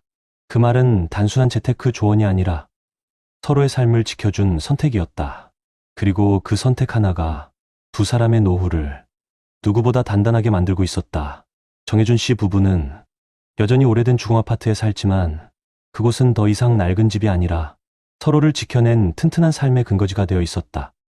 매달 들어오는 연금, 필요할 때 바로 꺼내 쓸 수 있는 현금, 그리고 그 현금이 불러온 여유와 평온. 이 부부의 얼굴에는 누구보다 따뜻한 미소가 자리 잡고 있었다. 그리고 그 미소는 2025년 대한민국을 살아가는 60대와 70대에게 이렇게 말하고 있었다. 준비는 절대로 배신하지 않는다. 요즘 우리나라 2025년 사회조사 자료를 보면 성인의 상당수가 노후 준비를 하고 있다고 응답했습니다. 특히 60세 이상 고령층은 약 10년 전보다 노후를 준비하고 있다는 비율이 크게 높아졌습니다. 하지만 방식은 조금씩 달라지고 있습니다. 과거에는 예금이나 적금 형태로 준비하는 경우가 많았지만 최근에는 국민연금에 대한 의존이 더 커졌습니다. 예전보다 예적금 비중은 줄어들고 연금이 노후 핵심 수단으로 올라선 것입니다. 이는 많은 사람들의 관심이 수익형 투자에서 안정적인 현금 흐름으로 점차 옮겨가는 모습을 보여줍니다.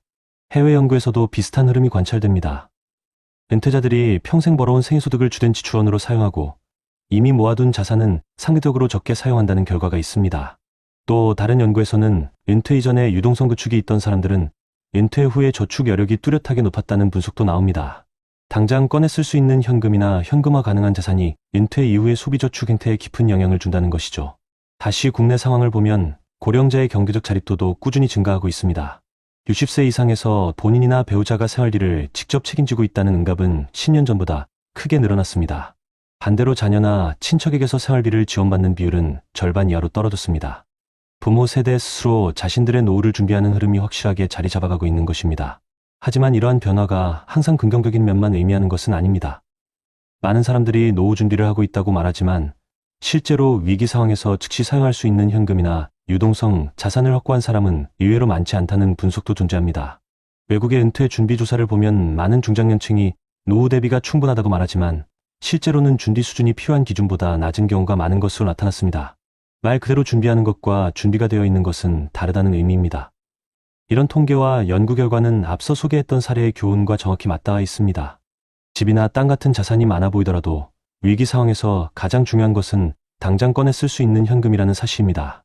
부동산은 팔기까지 시간이 오래 걸리고 막상 급하게 팔면 시세보다 크게 손해를 보기도 합니다. 반면 현금은 돌발 상황을 바로 해결해 줄 수 있는 안전망 역할을 합니다.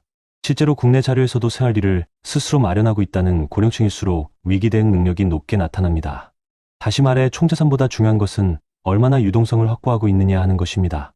정리하자면 많은 사람들이 노후를 준비하고 있다고 말하는 시대가 되었지만 그 준비 속에서 가장 핵심이 되어야 할 요소는 여전히 빠져 있는 경우가 많습니다.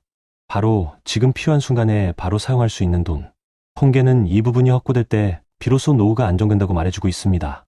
자산 규모가 큰 것보다 급할 때 바로 꺼낼 수 있는 현금이 있는지가 노후의 안전을 결정짓는 시대가 온 것입니다. 여러분, 지금까지 우리가 살펴본 사례와 통계에서 분명히 드러난 것은 집이 많고 자산이 커도 듯이 꺼낼 수 있는 현금이나 유동성이 없으면 위기에 무너진다는 사실입니다. 그렇다면 이 문제를 어떻게 해결할 수 있을까요? 우선 대한민국 정부와 각 지자체에서 이미 시행 중인 제도들을 살펴보겠습니다. 우리나라에서는 65세 이상 어르신을 대상으로 한 기초연금제도 및 기초노령연금 확대 사업이 대표적입니다. 낮은 소득 노인들에게 매달 일정액의 현금을 지급함으로써 최소한의 생활비와 긴급 상황에 대비할 수 있는 기반을 마련해 왔습니다. 또한 보건복지부가 발표한 최근 계획에는 고령자 일자리 확대 및 시니어 친화형 인프라 구축 사업이 포함되어 있는데, 이는 단순히 수입을 마련하는 것뿐만 아니라 일정 수준의 유동성을 유지하는 데도 도움이 됩니다. 지자체 차원에서도 시군구가 어르신 비상금 준비 교육, 유동성 구축 캠페인, 노후생활 자금관리 상담실 운영 등을 통해 당장 꺼낼 수 있는 현금 확보라는 개념을 일상화하려는 움직임이 나타나고 있습니다. 예컨대 일부 광역지자체는 노인들에게 긴급생활자금 유동성 담보 프로그램을 제공하거나 저소득 고령자에겐 단기 대출이 아닌 통장형 비상예비비로 입금 지원을 시행하고 있습니다. 이러한 제도들은 우리가 위기 대응력을 키우는 데 필요한 구조를 정부 지자체가 어느 정도 마련해 놓았음을 보여줍니다. 다음으로 해외 사례를 보겠습니다. 여러 선진국에서는 은퇴 이후 유동성 확보 및 유연한 퇴직제도 등을 통해 고령층의 위기 대응력을 높이도록 설계되어 있습니다. 예컨대 유럽 여러 나라에서는 정년 후에도 근로를 이어가면서 연금 수급을 조정할 수 있는 유연 퇴직 Flexible Retirement 제도를 운영 중이며, 그 과정에서 일정 기간 경력 유지를 조건으로 퇴직연금을 조기에 수령하거나 추가 저축할 수 있는 인센티브를 제공합니다. 또한 호주나 캐나다 등 일부 국가에서는 퇴직연금 계좌를 위기 상황 시 조건부로 인출할 수 있게 만든 연구가 있는데, 이는 유동성 저축이 위기 시 즉시 사용 가능하도록 설계되어 있다는 점에서 주목됩니다. 즉, 고정자산이나 비연금 자산이 아닌 언제든지 현금화하거나 사용할 수 있는 자산 구조를 만드는 것이 중요하다는 점이 해외 자료에서도 강조되고 있습니다. 이런 해외 모델들은 우리나라 노후 준비 구조에도 시사점을 갖습니다. 그렇다면 구체적으로 우리 시청자 여러분이 실천할 수 있는 정책제도 연계 방법은 무엇일까요? 먼저 거주 지역의 지자체 노인복지센터나 주민센터에 문의해 노인 비상금 확보 상담 혹은 비상유동자금 마련 지원 프로그램이 있는지 확인해 보십시오. 이 프로그램을 통해 무료 상담을 받고 필요시 지자체가 제공하는 소액기상금, 계좌나 저이자 단기대출, 가계재정 설계 지원 혜택을 활용할 수 있습니다. 둘째로 국민연금 이외의 노후소득원 확보를 위해 지자체나 공공기관이 제공하는 고령자 일자리 사업이나 시니어 창업 지원 사업 등에 참여해 보시는 것도 좋습니다. 이를 통해 일정 현금 유입이 꾸준히 이어지면 비상 상황 시 대응 여력이 훨씬 커집니다. 세 번째로는 자산 구조를 재검토하는 것입니다. 집이나 땅이 노후 자산이 될 수 있지만 그것이 반드시 바로 쓸 수 있는 돈이 되지는 않습니다. 그러므로 자산 포트폴리오 안에 현금성 자산 또는 유동성이 높은 자산이 일정 비율 이상 포함되도록 설계해 주세요. 지자체에서 제공하는 금융교육 프로그램이나 노인 재무교육을 통해 이를 점검하는 방법도 있습니다. 마지막으로 의료비 및 돌발 상황 대비를 위해 정부에서 제공하는 노인건강관리 서비스, 장기요양보험, 지역응급비용 지원 제도 등을 사전에 활용해 두십시오. 이러한 제도들은 위기 발생 시 부담을 크게 줄여줄 수 있습니다. 결국 위기 앞에서 무너지지 않는 노후를 만들기 위해서는 자산의 규모보다 유동성 확보와 제도적 지원 연결망이 더 중요합니다. 정부와 지자체가 마련해 놓은 노인복지 제도와 해외에서 검증된 유연한 퇴직 및 유동성 구조 모델을 참고하여 지금부터라도 비상금 마련, 정기소득 유지, 유동성, 자산 확보라는 세 가지 축을 중심으로 실천해 보시길 권합니다. 지금 이 순간 내가 극할 때 바로 꺼낼 수 있는 현금과 내가 믿고 연결된 제도가 있다는 안도감이야말로 노후의 진정한 행복을 만들어주는 기초입니다. 시시간은 누구에게도 멈춰주지 않지만 누군가에게는 상처를 남기고 누군가에게는 잔잔한 평온을 남기더군요. 오늘 우리가 들었던 두 사람의 이야기는 그 시간이 누구에게 미소를 짓는지 그리고 누구에게 등을 돌리는지 그 차이를 너무나 선명하게 보여줍니다. 한 사람은 평생 모은 집 세 채가 있었지만 정작 가장 필요할 때 꺼낼 수 있는 돈이 없어 사랑하는 가족의 손을 떨리는 마음으로 붙잡아야 했습니다. 수술비 앞에서 무너지고 결국 그 소중한 집을 급하게 내놓으며 눈물 속에 하루하루를 버텨야 했던 사람. 또 다른 사람은 화려한 자산도 남들이 부러워할 부동산도 없었지만 조용히 그리고 꾸준히 준비하며 자신의 인생을 잃지 않았습니다. 비상금 통장 하나, 남들 몰래 쓴 가계부 한 권, 그리고 언젠가 큰일이 오면 그때 오래 버티는 건 집이 아니라 현금이야. 그 말 한마디가 결국 가족을 지켜냈습니다. 같은 대한민국에서 같은 시대를 살았지만 노후의 모습은 이렇게 달라졌습니다. 한쪽은 벼랑 끝에서 흔들렸고 다른 한쪽은 파도가 밀려와도 단단히 서 있었습니다. 그리고 그 차이는 거창한 부나 특별한 능력이 아니라 매달 조금씩 쌓아둔 작은 준비, 언제든 꺼낼 수 있는 유동성, 그리고 더 늦기 전에 만들어둔 안전장치에서 시작되었습니다. 여러분, 우리 모두 마음속 어딘가에 불안이 있습니다. 내가 갑자기 아프면 어떡하지? 배우자가 쓰러지면 병원비를 어떻게 감당하지? 아이들에게 부담을 주지는 않을까? 이 걱정은 50대든 20대든 70대든 누구도 피해갈 수 없는 현실이죠. 하지만 오늘 두 사례가 말해줍니다. 불안은 우리를 잡아먹는 것이 아니라 준비하라는 신호라는 것을요. 누군가는 준비하지 못해 모든 것을 잃을 뻔했고, 누군가는 조용히 준비해 가족의 손을 지켜냈습니다. 그리고 이 차이는 운명도 하늘의 뜻도 아닙니다. 우리가 지금 어떤 선택을 하느냐에 달려 있습니다. 우리가 오늘 조금만 용기를 내면 내일의 우리는 더 단단해질 수 있습니다. 매달 몇만 원이라도 비상금 통장에 넣고 현금 흐름을 무너뜨리지 않고 유동성을 확보하는 그 작은 선택이 앞으로 우리의 인생을 완전히 달라지게 합니다. 누구도 대신해 주지 않습니다. 노후는 스스로 지켜야 합니다. 하지만 스스로 지킨 노후는 그만큼 더 따뜻하고 더 강하고 더 자존심이 있습니다. 어쩌면 우리가 진짜 두려워해야 하는 건 돈이 부족한 노후가 아니라 준비가 부족한 노후일지도 모릅니다. 여러분, 늦지 않았습니다. 지금 이 영상을 보고 있는 바로 이 순간부터 우리의 노후는 달라질 수 있습니다. 오늘의 작은 결심이 내일의 평온을 만들어줍니다. 누군가는 쓰러지는 순간 붙잡을 손이 없는 삶을 살았고, 누군가는 같은 순간 가족의 손을 놓지 않았습니다. 그 둘을 가른 건 부동산도 소득도 아니었습니다. 바로 준비였습니다. 여러분도 부디 평온한 노후를 선택하는 사람이 되었으면 좋겠습니다. 바람에 흔들리지 않는 삶, 예상하지 못한 순간에도 무너지지 않는 마음, 그리고 위기 앞에서도 가족을 지켜낼 수 있는 준비. 그 길을 이 영상을 보고 계신 여러분 모두가 걸어가시길 진심으로 바랍니다. 요즘 뉴스를 보면 이런 얘기 자주 들리죠. 평생 일했는데 남은 건 빚뿐이다. 서울에서 30년간 직장 생활을 마친 62세 박정우 씨는 퇴직 후 통장 잔고를 보고 멍해졌다고 합니다. 25년 동안 아끼고 모았는데 매달 빠져나가는 생활비에 저축이 1년도 안 돼 사라졌어요. 여러분은 어떠신가요?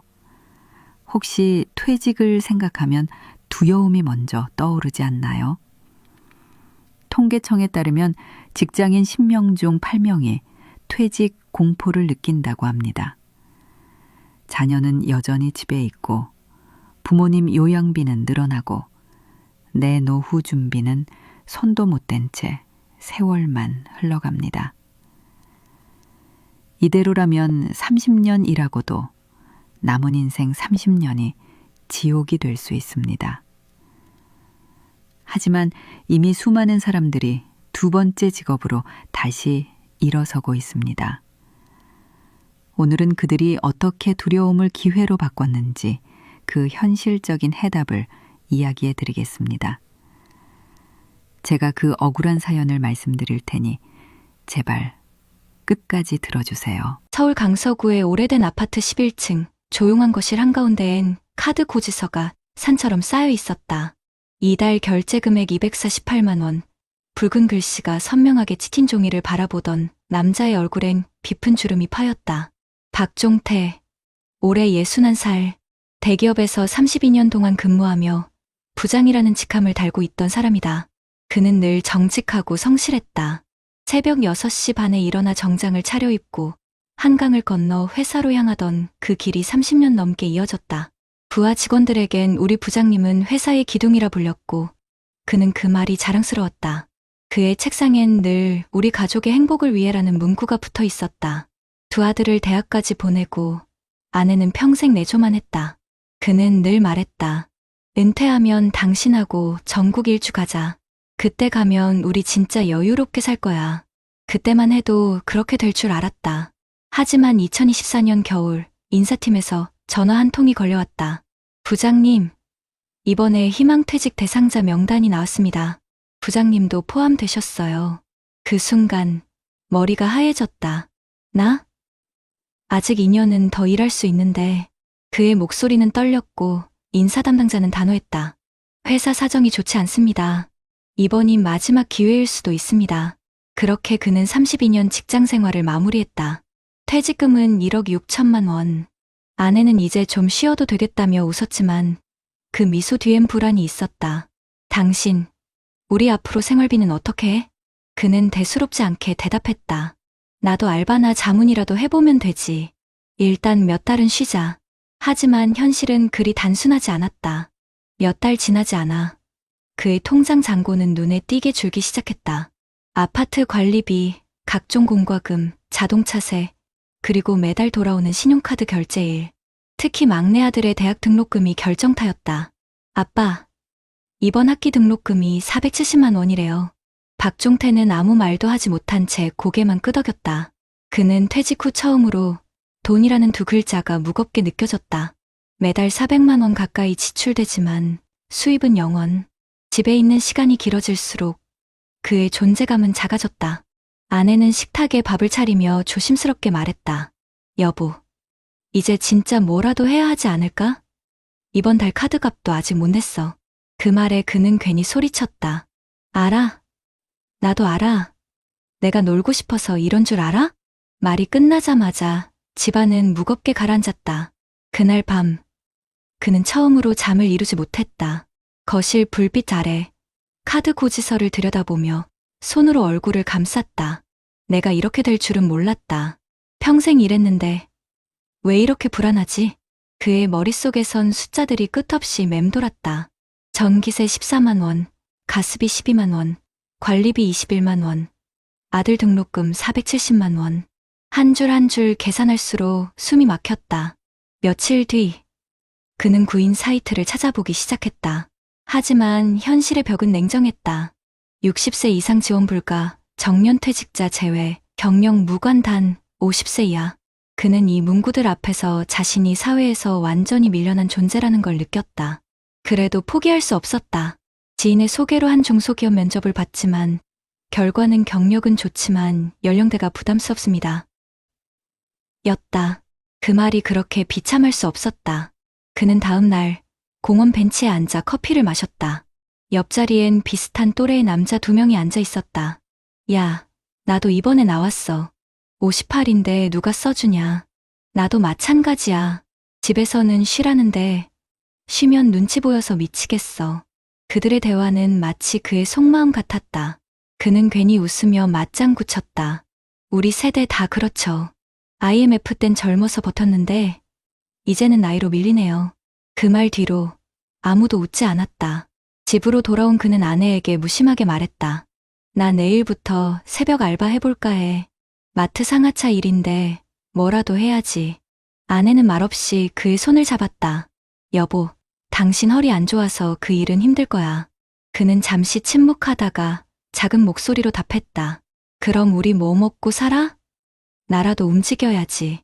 다음 날 새벽 4시, 그는 어둠 속을 걸었다. 추운 공기의 입김이 허옇게 번졌다. 마트 창고에 도착하자 젊은 직원이 무심하게 말했다. 아저씨, 저쪽으로 박스 옮겨주세요. 그는 묵묵히 몸을 움직였다. 땀은 쏟아졌고 허리는 이미 비명을 질렀다. 하지만 그는 멈추지 않았다. 내가 이 나이에 이런 일까지 하게 될 줄이야. 그래도 가족은 먹여 살려야지. 퇴근 후 집으로 돌아와 씻고 나니 오전 9시였다. 아내는 조심스럽게 물었다. 오늘 어땠어? 괜찮아. 젊은 애들이랑 일하니까 오히려 기운 나더라. 하지만 그의 두 손은 떨리고 있었다. 그날 밤, 그는 소파에 앉아 다시 카드 고지서를 펼쳤다. 결제일이 다가올수록 잔고는 더 줄었다. 딱 한 달만 버티자. 그러나 다음 달, 현실은 더 냉정했다. 마트 일은 몸이 따라주지 않았고 결국 그는 허리 통증으로 일을 그만뒀다. 남은 건 50만 원짜리 아르바이트 수입과 200만 원이 넘는 카드 결제금뿐이었다. 그는 문득 아내의 말이 떠올랐다. 여보, 이제 진짜 뭐라도 해야 하지 않을까? 그 말이 귓가에서 메아리 쳤다. 그리고 그 순간 그의 시선이 식탁 위의 낡은 카드 고지서에 멈췄다. 마치 그것이 지금 자신의 인생을 상징하는 것 같았다. 평생 벌었는데 왜 이렇게 남은 게 없을까? 그는 종이를 구기며 중얼거렸다. 평생 일했는데 왜 아직도 빚에 쫓기냐고. 그의 손끝이 떨렸다. 거실 한켠 결혼식 사진 속 웃고 있는 가족의 모습이 눈에 들어왔다. 그는 그 사진을 한참 바라보다가 고개를 숙였다. 그때는 몰랐지. 웃을 때마다 그만큼의 값이 있다는 걸. 그날 이후 박종태는 하루 종일 말이 없었다. 거실 창문 너머로 비가 내리고 있었고 탁자 위엔 아직 치우지 못한 카드 고지서가 젖어가고 있었다. 아내는 조심스럽게 커피를 내오며 물었다. 여보, 병원이라도 가보자. 요즘 허리도 너무 아프다며. 그는 한참을 침묵하다가 처음으로 속마음을 꺼냈다. 있잖아, 나 이제 내가 누군지도 모르겠어. 그는 자신이 회사 사람으로만 살아왔다는 걸 그제야 깨달았다. 명함이 없어진 순간부터 자신이 세상에서 사라진 기분이었다. 퇴직 전엔 박 부장님, 회의 부탁드립니다라는 소리를 하루에도 수십 번 들었지만 이제는 아무도 그를 찾지 않았다. 그의 하루는 TV 뉴스와 마트 전단지를 보는 것으로 시작해 뉴스 다시 보기로 끝났다. 하지만 어느 날 오래된 노트북 알림창이 뜨며 낯익은 이름이 나타났다. 종태 형님, 저 이건우예요. 혹시 시간 괜찮으시면 점심 한번 하시죠. 그는 망설이다가 약속을 잡았다. 퇴직 후 처음으로 누군가 그를 불러준 것이었다. 점심 자리에서 이건우는 예전 부하 직원이었다. 형님, 저도 작년에 퇴직했어요. 근데 가만히 있으니까 더 미치겠더라고요. 그래서 요즘 중장년 대상 재취업 교육 받고 있어요. 교육? 예. 요즘은 정부에서 신중년 제도약센터라고 해서 창업이나 직업교육 지원도 하더라고요. 저도 처음엔 반신반의했는데 막상 가보니 다 형님 또래예요. 그날 저녁 박종태는 오랜만에 노트북을 켰다. 신중년 경력형 일자리, 중장년 재취업 지원 검색창에 그런 단어들을 입력하며 한참을 들여다봤다. 나 같은 사람도 다시 일할 수 있을까? 그는 조심스레 지원서를 작성했다. 그리고 며칠 뒤 구청에서 전화가 걸려왔다. 박종태님, 축하드립니다. 공공기관 사무보조로 채용되셨습니다. 한 달에 120만 원, 주 3일 근무입니다. 그는 잠시 말을 잃었다. 예, 감사합니다. 정말 감사합니다. 첫 출근 날, 그는 구청 복도에서 동년배 동료들과 마주쳤다. 모두가 자신과 비슷한 사연을 가진 사람들이었다. 어떤 이는 은행원 출신, 또 어떤 이는 교사 출신이었다. 서로의 이름보다 퇴직 언제 하셨어요? 라는 질문이 인사말처럼 오갔다. 하지만 이상하게도 그 공간엔 절망보다는 위로가 있었다. 우리 아직 안 끝났잖아요. 다시 시작하면 되지. 누군가의 그 말에 박종태는 고개를 끄덕였다. 그는 다시 일을 했다. 복사기 옆에서 서류를 정리하고 민원인의 서류를 대신 출력해주는 단순한 일이었다. 하지만 손끝에서 느껴지는 종이의 감촉이 이상하게도 그리웠다. 퇴근길에 그는 스스로에게 말했다. 그래, 그래도 내가 할 수 있는 일이 있잖아. 그날 밤, 집에 돌아오자 아내가 물었다. 오늘 어땠어? 그는 미소 지으며 말했다. 기분이 이상해. 월급이 많진 않지만 누군가 나를 필요로 한다는 게 이렇게 기분 좋은 일인지 몰랐어. 아내는 그의 손을 꼭 잡았다. 여보, 당신 얼굴에 예전 그 표정이 돌아왔네. 하지만 그는 여전히 두려웠다. 그의 머릿속엔 앞으로 30년이라는 긴 시간이 남아 있었다. 그래서 그는 결심했다. 남은 인생을 일자리가 아닌 일거리로 채워보자고. 그는 구청 일을 마친 뒤 저녁마다 근처 복지관에서 열린 시니어 창업교실에 참여했다. 거기서 만난 한 강사가 말했다. 중요한 건 돈이 아닙니다. 여러분이 살아온 경험이 바로 자산이에요. 그걸 기록하고 나누고 다시 쓰는 겁니다. 그 말에 박종태는 마음이 움직였다. 그는 자신이 쌓아온 30년의 직장 경험을 정리해보기로 했다. 회사 후배들이 몰랐던 협상 노하우, 팀원과의 신뢰 쌓기 같은 주제로 글을 쓰기 시작했다. 글을 쓰며 그는 처음으로 퇴직을 끝이 아닌 새 출발로 느꼈다. 몇 달 뒤, 그는 복지관에서 퇴직 후 일의 의미라는 주제로 짧은 강연을 하게 됐다. 강연이 끝난 후 한 중년 남성이 찾아와 말했다. 선생님 말씀 들으니까 저도 용기 나네요. 저도 이번 달에 명예퇴직인데 솔직히 무섭거든요. 그 말에 박종태는 미소를 지었다. 저도 그랬어요. 하지만 두려움은 나누면 반이 되더라고요. 그날 밤, 그는 집으로 돌아와 조용히 식탁에 앉았다. 카드 고지서 더미는 사라지고 대신 그 자리에 작은 수첩이 놓여 있었다. 표지에는 아내가 쓴 글씨가 있었다. 여보, 당신은 여전히 우리 가족의 기둥이에요. 그는 그 글을 읽으며 눈시울이 붉어졌다. 그래, 나는 여전히 가족을 위해 살고 있구나. 창밖에 봄비가 내리고 있었다. 그는 창문을 열고 밤 공기를 깊게 들이마셨다. 퇴직금 1억 6천만 원은 다 써버렸지만 아직 내 안엔 일할 마음이 남아있구나. 그는 이제 매달 120만 원의 급여와 조그마한 강연 수입으로 살아간다. 넉넉하진 않지만 마음만은 예전보다 단단했다. 가끔 새벽에 깨어 거실 불을 켜면 예전처럼 카드 고지서가 아니라 가족 사진이 그를 맞이했다. 그는 그 앞에 앉아 중얼거렸다. 평생 일하고도 돈은 남지 않았지만 이제는 마음이 남았다. 그리고 그 마음이 앞으로의 삶을 지탱해줄 새로운 자산이 되어 있었다. 이 이야기는 지금 이 순간 퇴직을 앞둔 수많은 사람들의 현실이기도 합니다. 평생 일했는데 왜 이렇게 남은 게 없을까라는 질문은 이제 남은 시간 동안 나는 어떻게 살아갈까라는 답으로 바뀌어야 할지도 모릅니다. 여러분 어떠시나요? 위의 사례는 정말 비참하고 서글픈 인생 아닌가요? 하지만 지금부터 소개해드리는 사례는 정반대의 선택으로 행복한 노후를 보내고 있는 한 남성의 이야기입니다. 경기도 용인시 수지구의 작은 단독주택 마당. 아침 햇살이 포근하게 내리쬐는 그곳에서 67세 김성우 씨는 정원수에 물을 주고 있었다. 손에는 낡은 장갑이 끼워져 있었지만 얼굴엔 평온한 미소가 번져 있었다. 그의 하루는 여유롭고 단정했다. 아침엔 아내와 함께 차를 마시며 신문을 읽고 오후엔 지역도서관에서 중장년 대상 은퇴 설계 강좌를 진행한다. 그는 퇴직 후 성공적인 인생 2막을 살고 있는 사람으로 지역에서 꽤 알려진 인물이었다. 하지만 김성우 씨 역시 과거엔 평범한 직장인이었다. 서울 강남의 한 대기업 기획실에서 35년간 근무했다.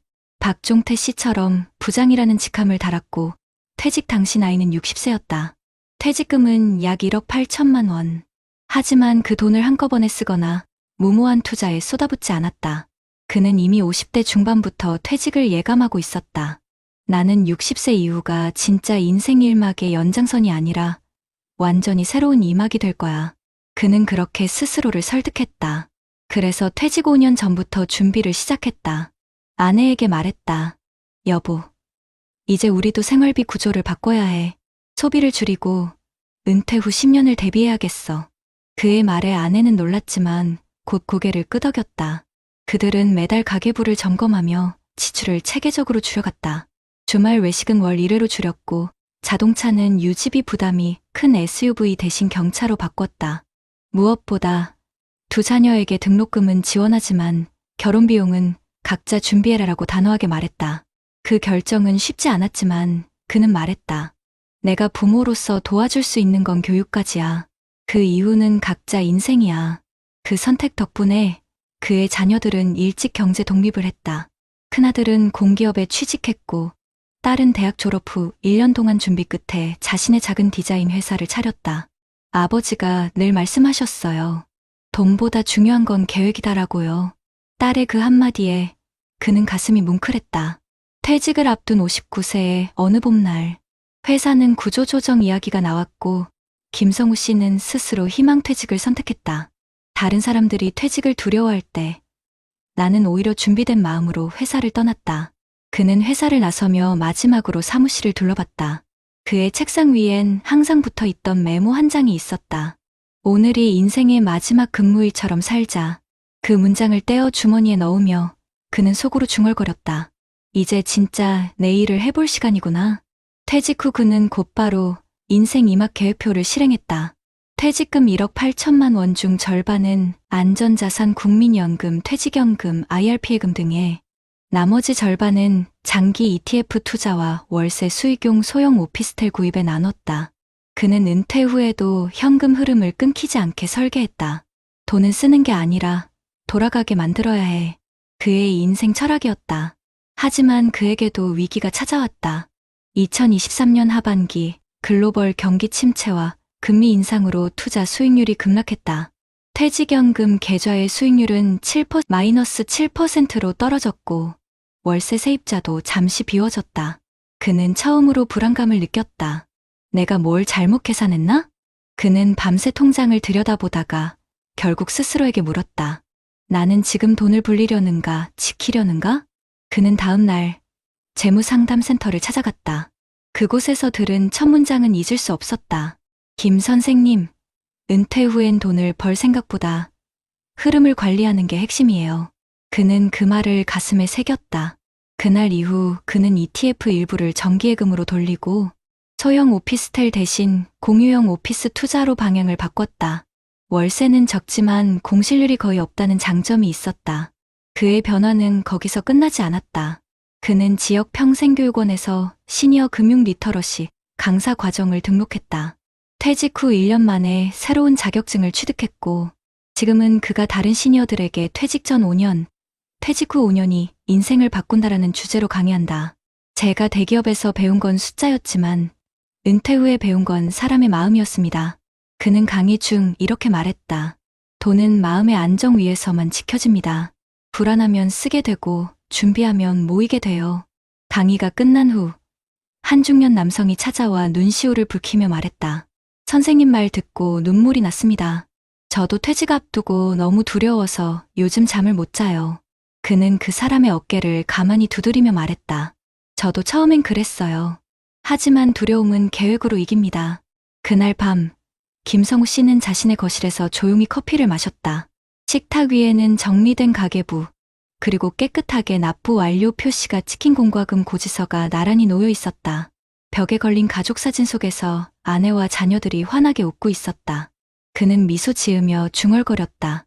누군가는 카드 고지서에 인생을 잃고 누군가는 그걸 정리하며 인생을 얻는다. 그의 삶은 그렇게 계획과 절제 속에서 단단히 지켜지고 있었다.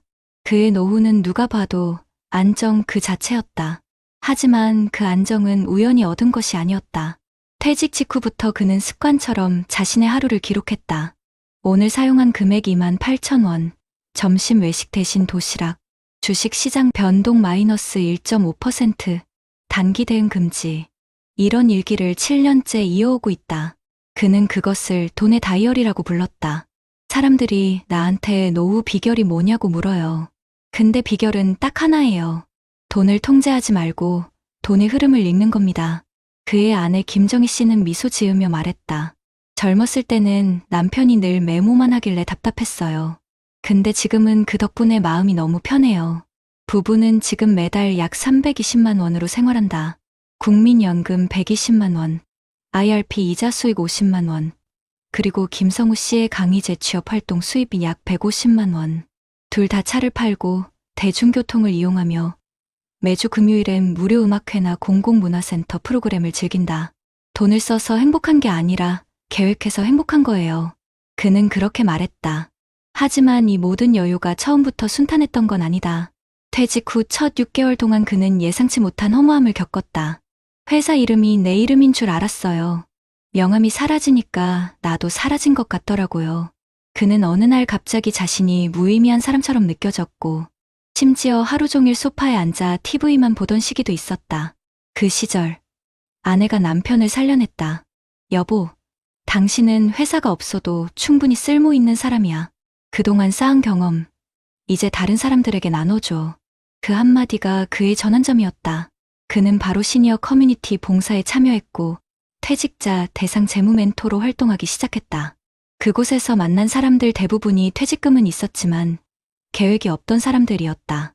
퇴직금 1억이 인생을 바꿔줄 줄 알았는데 1년 만에 사라졌어요. 그런 이야기를 들을 때마다 그는 마음이 무거워졌다. 내가 이 사람들보다 다를 수 있었던 이유는 단 하나, 준비였구나. 그는 점점 자신의 경험을 정리하기 시작했다. 퇴직 후 5년간 쓴 노트를 묶어 나는 퇴직 후에도 월급이 끊기지 않았다라는 제목의 소책자를 만들었다. 그 책은 지역복지관 시니어 센터에서 큰 반향을 일으켰고 지자체의 요청으로 2025년엔 강사로 정식 위촉되었다. 내가 평생 배운 숫자가 이제 누군가의 불안을 덜어주는 숫자가 되었다. 그는 강의실에서 그렇게 말했다. 한 번은 강의가 끝난 뒤 70대 초반의 한 노인이 찾아와 눈물을 글썽이며 말했다. 아저씨 같은 사람 보면 부러워요. 나는 퇴직금 다 날리고 지금도 새벽 택배 일해요. 김성우 씨는 그 손을 꼭 잡았다. 저도 그럴 수도 있었어요. 근데 중요한 건 아직 늦지 않았다는 겁니다. 돈보다 마음을 먼저 바로 세워야 합니다. 그 말을 들은 노인은 잠시 고개를 끄덕였다. 그의 하루는 여전히 단순하다. 새벽엔 근처 산책로를 걷고, 오전엔 아내와 장을 보고, 오후엔 강의나 상담 일정을 소화한다. 저녁에는 동네 도서관 은퇴자 재능 나눔반에서 후배 시니어들과 이야기를 나눈다. 그곳에서 그는 또 다른 인생의 의미를 발견했다. 퇴직 후에도 일은 계속해야 합니다. 돈이 아니라 존재감을 지키기 위해서. 그의 집엔 카드 고지서 대신 여행 계획표와 다음 강의 일정표가 붙어 있다. 매달 10만 원씩 적금을 붓는 여행 통장은 그의 삶의 작은 즐거움이다. 돈이 많아서 행복한 게 아니라 내가 통제 가능한 돈으로 사는 게 행복이죠. 그는 커피 한 잔을 들며 조용히 말했다. 2025년 봄, 그는 부산국제 시니어 포럼에서 강연자로 섰다. 주제는 퇴직 후 10년, 무엇을 준비해야 하는가. 그는 무대 위에서 이렇게 말했다. 저는 퇴직금 1억 8천만 원으로 불안 대신 평안을 샀습니다. 그건 돈을 불려서가 아니라 돈이 흘러가는 방향을 바꿨기 때문입니다. 퇴직은 끝이 아니라 내 이름으로 살아가는 시작입니다. 청중석에 앉은 중년 남성들이 고개를 끄덕였다. 어떤 이는 몰래 눈가를 훔쳤다. 그의 강연이 끝나자 모두가 박수를 보냈다. 그날 밤 서울로 돌아온 그는 마당에 앉아 별을 바라봤다. 옆에 앉은 아내가 물었다. 여보, 당신 요즘 참 행복해 보여. 그는 웃으며 대답했다. 예전엔 퇴직이 두려웠는데 이젠 내일이 기다려져. 늦은 밤, 그는 거실로 들어와 오래된 노트를 꺼냈다. 첫 장에는 이런 문장이 적혀 있었다. 돈은 결국 마음의 거울이다. 불안하면 도망가고 믿으면 돌아온다. 그는 그 문장을 손가락으로 천천히 짚었다. 그때 밖에서 새벽 바람이 스쳤다. 그는 문득 예전 자신을 떠올렸다. 퇴직을 앞두고 불안했던 50대의 자신을. 그때의 내가 지금의 나를 만들었구나. 그는 작은 미소를 지었다. 빛바랜 카드 고지서 대신 노트 속 차분한 글씨가 그의 인생을 대변하고 있었다. 이제 그의 하루는 돈에 쫓기던 삶에서 돈을 설계하는 삶으로 바뀌었다. 그는 다시 한번 수첩을 덮으며 속삭였다. 은퇴 후에도 돈이 남는 게 중요한 게 아니라 내가 나로 남는 게 중요하다. 그의 삶은 그렇게 말해주고 있었다. 퇴직 후의 평화는 우연이 아니라 준비의 결과라는 것을. 그리고 그 준비는 퇴직 5년 전에 하루하루를 어떻게 보냈느냐로 결정된다는 것을. 이 이야기는 같은 세대를 살아가는 우리 모두에게 전하는 한 가지 메시지입니다. 퇴직은 인생의 마침표가 아니라 진짜 나를 찾는 쉼표다. 먼저 대한민국 내부 데이터를 살펴볼까요? 우리나라에서 2021년 기준으로 65세 이상 인구 중 약 20%가 1인 가구라는 조사 결과가 나왔습니다. 이는 곧 많은 분들이 배우자나 자녀의 도움 없이 홀로 노후를 준비해야 할 가능성이 크다는 뜻입니다. 동시에 같은 자료에서 55세에서 79세 인구 중 연금 수령자가 약 절반, 즉 49.4%에 불과했고 수령액도 1인당 월 평균 약 55만 원 수준이라는 지적이 나왔습니다. 즉, 대한민국에서 노후 대비는 연금 하나만으로 충분하다고 보기에는 매우 불안정한 현실입니다. 또한 국내 연구에서는 중장년 임금 근로자의 퇴직 후 재취업 이행 양상을 분석했는데 45세 이후 퇴직한 임금 근로자들이 재취업에 성공하는 비율이 높지 않고 특히 첫 직장 퇴직 시점 이후 단기간에 직종 또는 근로 형태가 바뀌는 경우가 많다는 것이 밝혀졌습니다. 이런 맥락에서 보면 퇴직금과 연금 이외에도 퇴직 이후에도 일할 수 있는 구조나 수입 흐름을 유지할 수 있는 설계가 노후 준비에 필수적이라는 실증적 근거가 우리 사회에서 이미 확보되어 있는 셈입니다. 한편 해외 통계도 이런 현실을 뒷받침합니다. 예컨대 OECD 2025 보고서에 따르면 2024년 기준으로 60세에서 64세 연령대의 고용률이 평균 약 55.9%로 나타났고 연령이 높을수록 고용 참여율이 급격히 떨어지는 패턴이 확인됩니다. 즉, 연령이 올라가면서 직장을 유지하거나 재취업을 하는 일이 점차 어려워지고 있다는 것입니다. 또 국제노동기구 자료에 따르면 55세 이상 노동자들은 단순 실업률이 낮음에도 불구하고 시간제 근로, 원하는 일보다 덜 일하는 상태, 혹은 구직 중이지만 통계상 실업자로 잡히지 않는 잠재구직자 등의 형태로 노동력이 충분히 활용되지 못하는 경우가 대단히 많습니다. 이러한 통계들은 결국 퇴직 후 수입 흐름의 끊김과 일자리 상실 후 회복의 어려움이라는 두 가지 리스크가 중장년 이후 노후 실패의 핵심 축이라는 점을 보여줍니다. 국내 전문가들도 중장년층의 노동시장 이탈을 막기 위해서는 연공 서열형 임금 체계의 완화, 직종 전환 기회 확대, 교육과 훈련을 통한 디지털 역량 강화 등이 필수적이라고 분석합니다. 요컨대 통계와 전문가, 의견이 공통적으로 지적하는 것은 단순히 퇴직금이 얼마냐 또는 연금이 얼마냐만으로 노후가 보장되지 않는다는 사실입니다. 오히려 중요한 것은 퇴직 전후로 어떤 수입 흐름을 유지할 것인가, 그리고 퇴직 이후에도 스스로 존재 가치를 느끼며 일할 수 있는 구조를 갖추는가입니다. 이처럼 앞서 소개한 두 사람의 사례, 하나는 준비 부족으로 고통을 겪었고 다른 하나는 계획으로 흐름을 이어간 이야기는 단지 드라마가 아닌 통계와 연구가 뒷받침하는 현실이기도 합니다. 자, 이제 우리가 마주한 평생 일했는데도 돈이 없는 현실을 넘어서기 위해 정부와 지자체가 이미 시행하고 있는 실질적 지원책 및 해외에서 효과를 보고 있는 제도들을 함께 살펴보겠습니다. 먼저 대한민국 내에서는 국가와 지방자치단체가 중장년과 노년층의 일자리 및 사회활동 참여를 확대하기 위해 다양한 정책을 펼치고 있습니다. 예를 들어 보건복지부가 발표한 제3차 어르신 고용 및 사회활동 종합지원계획 2023년에서 2027년에서는 초고령 사회 진입에 맞춰 사회서비스 분야와 민간 분야의 노인 일자리 비중을 전체의 40% 이상으로 증가시키겠다는 목표를 제시하고 있습니다. 이처럼 공공과 민간을 통틀어 2027년까지 노인 일자리를 노년층 인구의 10% 수준까지 확대하겠다는 계획이 제시되어 있습니다. 또한 고용노동부에서는 고령자 재취업을 지원하기 위해 법적 기반을 강화해 왔습니다. 고령자 고용촉진 및 직업안정법에 따라 기업이 정년퇴직자를 재고용할 경우 인센티브를 제공하고 있고 2022년부터는 고령자 고용촉진 보조금 제도를 통해 만 60세 이상 근로자를 정규직 전환하거나 장기 고용할 경우 기업에 분기별로 지원금을 지급하는 방식이 도입되었습니다. 지자체에서도 이와 맞물려 시니어 인턴십이나 중장년 재창업 지원센터 등을 운영하고 있습니다. 만 60세 이상이 기업이나 공공기관에서 인턴으로 경력을 쌓고 지원금을 받아 경험을 얻을 수 있는 프로그램이 운영되고 있습니다. 이처럼 국내에서는 퇴직 후 제2의 진로를 모색하는 중장년층이 실제로 일할 수 있는 플랫폼을 제공받을 수 있는 구조가 마련되어 있습니다. 그럼에도 불구하고 일이 있어도 임금이 낮고 직종이 맞지 않아 그냥 버티는 형태의 일자리라는 지적이 있는 만큼 우리가 실제로 선택하고 활용해야 할 실천 가능한 방식을 함께 정리해 보겠습니다. 첫째, 퇴직이 임박한 50대와 60대는 퇴직 전 최소 3년간, 퇴직 후에도 일할 수 있는 분야에 대해 사전 탐색과 실험을 해야 합니다. 위 정책들에 따르면 지자체나 민간기관에서 제공하는 인턴십과 재취업 교육 프로그램에 참여하면 비용 부담이 줄어들고 취업 또는 창업으로 이어질 가능성이 높아집니다. 둘째, 기업이 고령 근로자를 고용할 경우 정부 보조금이 있다는 사실을 기억해야 합니다. 기업 입장에서는 인센티브가 있는 고령자 채용이 매력적이므로 이 점을 활용해 재취업을 제한하거나 협상할 여지를 마련할 수 있습니다. 셋째, 창업을 고려한다면 소규모 실험 후 사업 본격화라는 흐름을 국내 제도와 연계해 활용하는 것이 좋습니다. 시니어 창업지원센터나 지자체 내 창업지원금, 노인 창업 프로그램을 미리 탐색하고 사업 아이디어를 인턴십 또는 강좌 형태로 미리 시험해 볼 수 있습니다.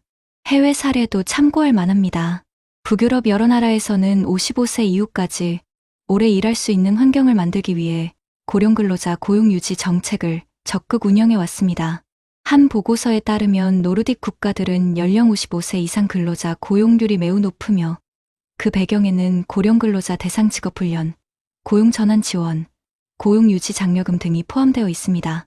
예를 들어 네덜란드는 고용 계약 만료 후 고령 근로자의 재고용을 유도하기 위해 일정 조건 하에서 기업이 임금 체계와 계약 형태를 조정하도록 유도하는 법률이 있습니다.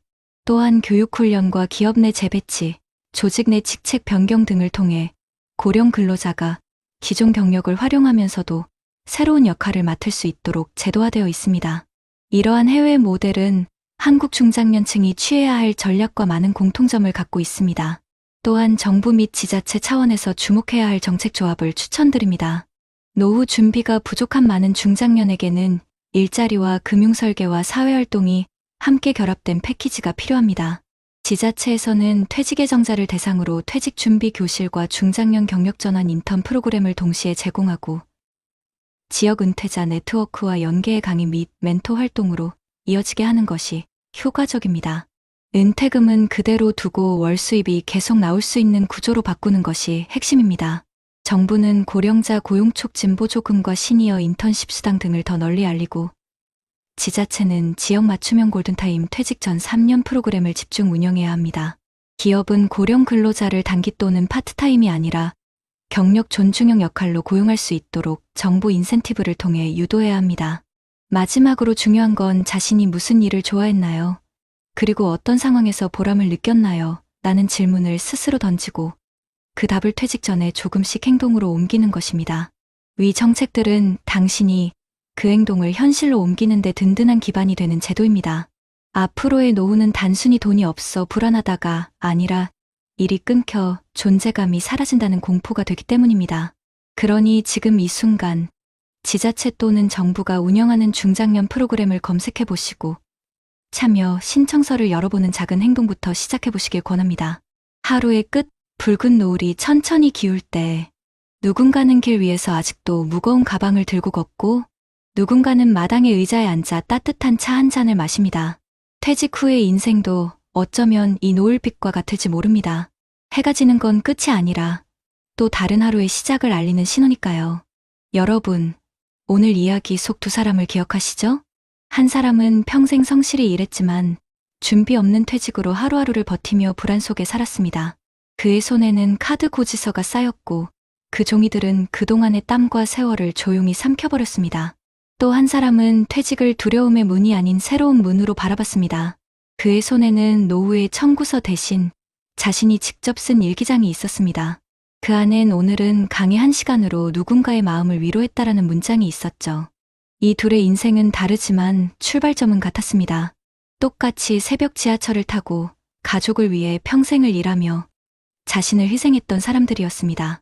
하지만 마지막 길에서 갈린 건 돈의 크기가 아니라 마음의 준비였습니다. 한 사람은 멈췄고 다른 한 사람은 걸음을 이어갔습니다. 결국 인생의 두 번째 여정은 미리 생각하고 미리 준비한 사람에게만 열리는 길이었습니다. 사람은 누구나 젊을 때는 나도 나중엔 잘 살겠지라고 믿습니다. 하지만 그 나중은 갑자기 찾아오고 그때가 되면 너무 늦었다는 걸 깨닫죠. 그렇다고 두려워할 필요는 없습니다. 지금부터라도 조금씩 아주 작게 시작하면 됩니다. 가계부를 써보는 일, 지자체 시니어 프로그램을 검색해보는 일, 아니면 단순히 내 인생에서 내가 진짜 좋아했던 일을 적어보는 일. 그 작은 움직임이 당신의 인생을 다시 일으켜 세울 씨앗이 됩니다. 우리가 지금 해야 할 건 과거를 후회하는 게 아닙니다. 그동안 버텨온 자신을 다독이고 남은 시간을 두 번째 봄으로 맞이하는 일입니다. 돈보다 더 귀한 건 의미 있는 하루이고 그 하루가 쌓이면 그 어떤 연금보다 든든한 인생의 자산이 됩니다. 오늘 이 영상을 보고 계신 여러분, 혹시 당신은 지금 어디쯤 서 있나요? 퇴직을 앞두고 두려움에 잠 못 이루고 계신가요? 아니면 이미 퇴직 후 방 안에 앉아 이제 나는 뭘 해야 하지라는 생각을 하고 계신가요? 그렇다면 오늘 이 이야기를 마음에 담아주세요. 퇴직은 끝이 아닙니다. 당신의 이름으로 다시 살아갈 시간의 시작입니다. 정부가 만든 정책, 지자체의 프로그램, 그리고 당신 곁의 가족과 친구들이 바로 그 시작을 돕는 손길입니다. 세상은 여전히 당신을 필요로 하고 있습니다. 30년 넘게 쌓아온 경험, 그건 사라진 게 아니라 아직 누군가를 위해 쓰일 수 있는 당신의 힘입니다. 지금이라도 늦지 않았습니다.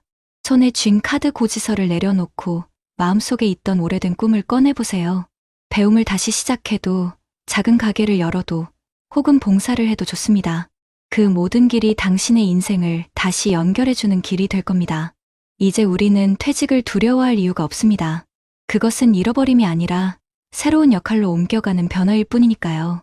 그리고 그 변화는 당신의 용기 하나로 충분히 시작할 수 있습니다. 여러분, 기억하세요. 평생 일하고도 돈이 없었던 인생이 아니라 평생 일하며 행복을 남긴 인생으로 끝맺는 방법은 단 한 가지입니다. 바로 지금 자신을 위한 준비를 시작하는 것입니다. 노을이 진다고 하루가 끝나는 건 아닙니다. 그저 내일을 위한 쉼이 있을 뿐이죠. 당신의 인생도 마찬가지입니다. 퇴직이 끝이라면 그 끝에서 우리는 다시 시작할 수 있습니다. 오늘 밤, 이 영상을 보고 있는 당신에게 꼭 전하고 싶은 말이 있습니다. 당신의 인생은 여전히 가능성으로 가득합니다. 그 가능성을 믿는 순간 새로운 길이 보일 것입니다. 그리고 그 길 끝엔 카드 고지서 대신 웃음이, 불안 대신 평화가, 후회 대신 감사가 기다리고 있을 겁니다. 오늘 하루를 살아내신 모든 50대, 60대, 70대 여러분. 당신은 이미 충분히 멋진 사람입니다. 이제 그 멋진 당신의 이야기를 퇴직 이후에도 계속 써내려가시길 바랍니다. 당신의 두 번째 인생이 지금 이 순간 조용히 그러나 단단하게 시작되고 있습니다.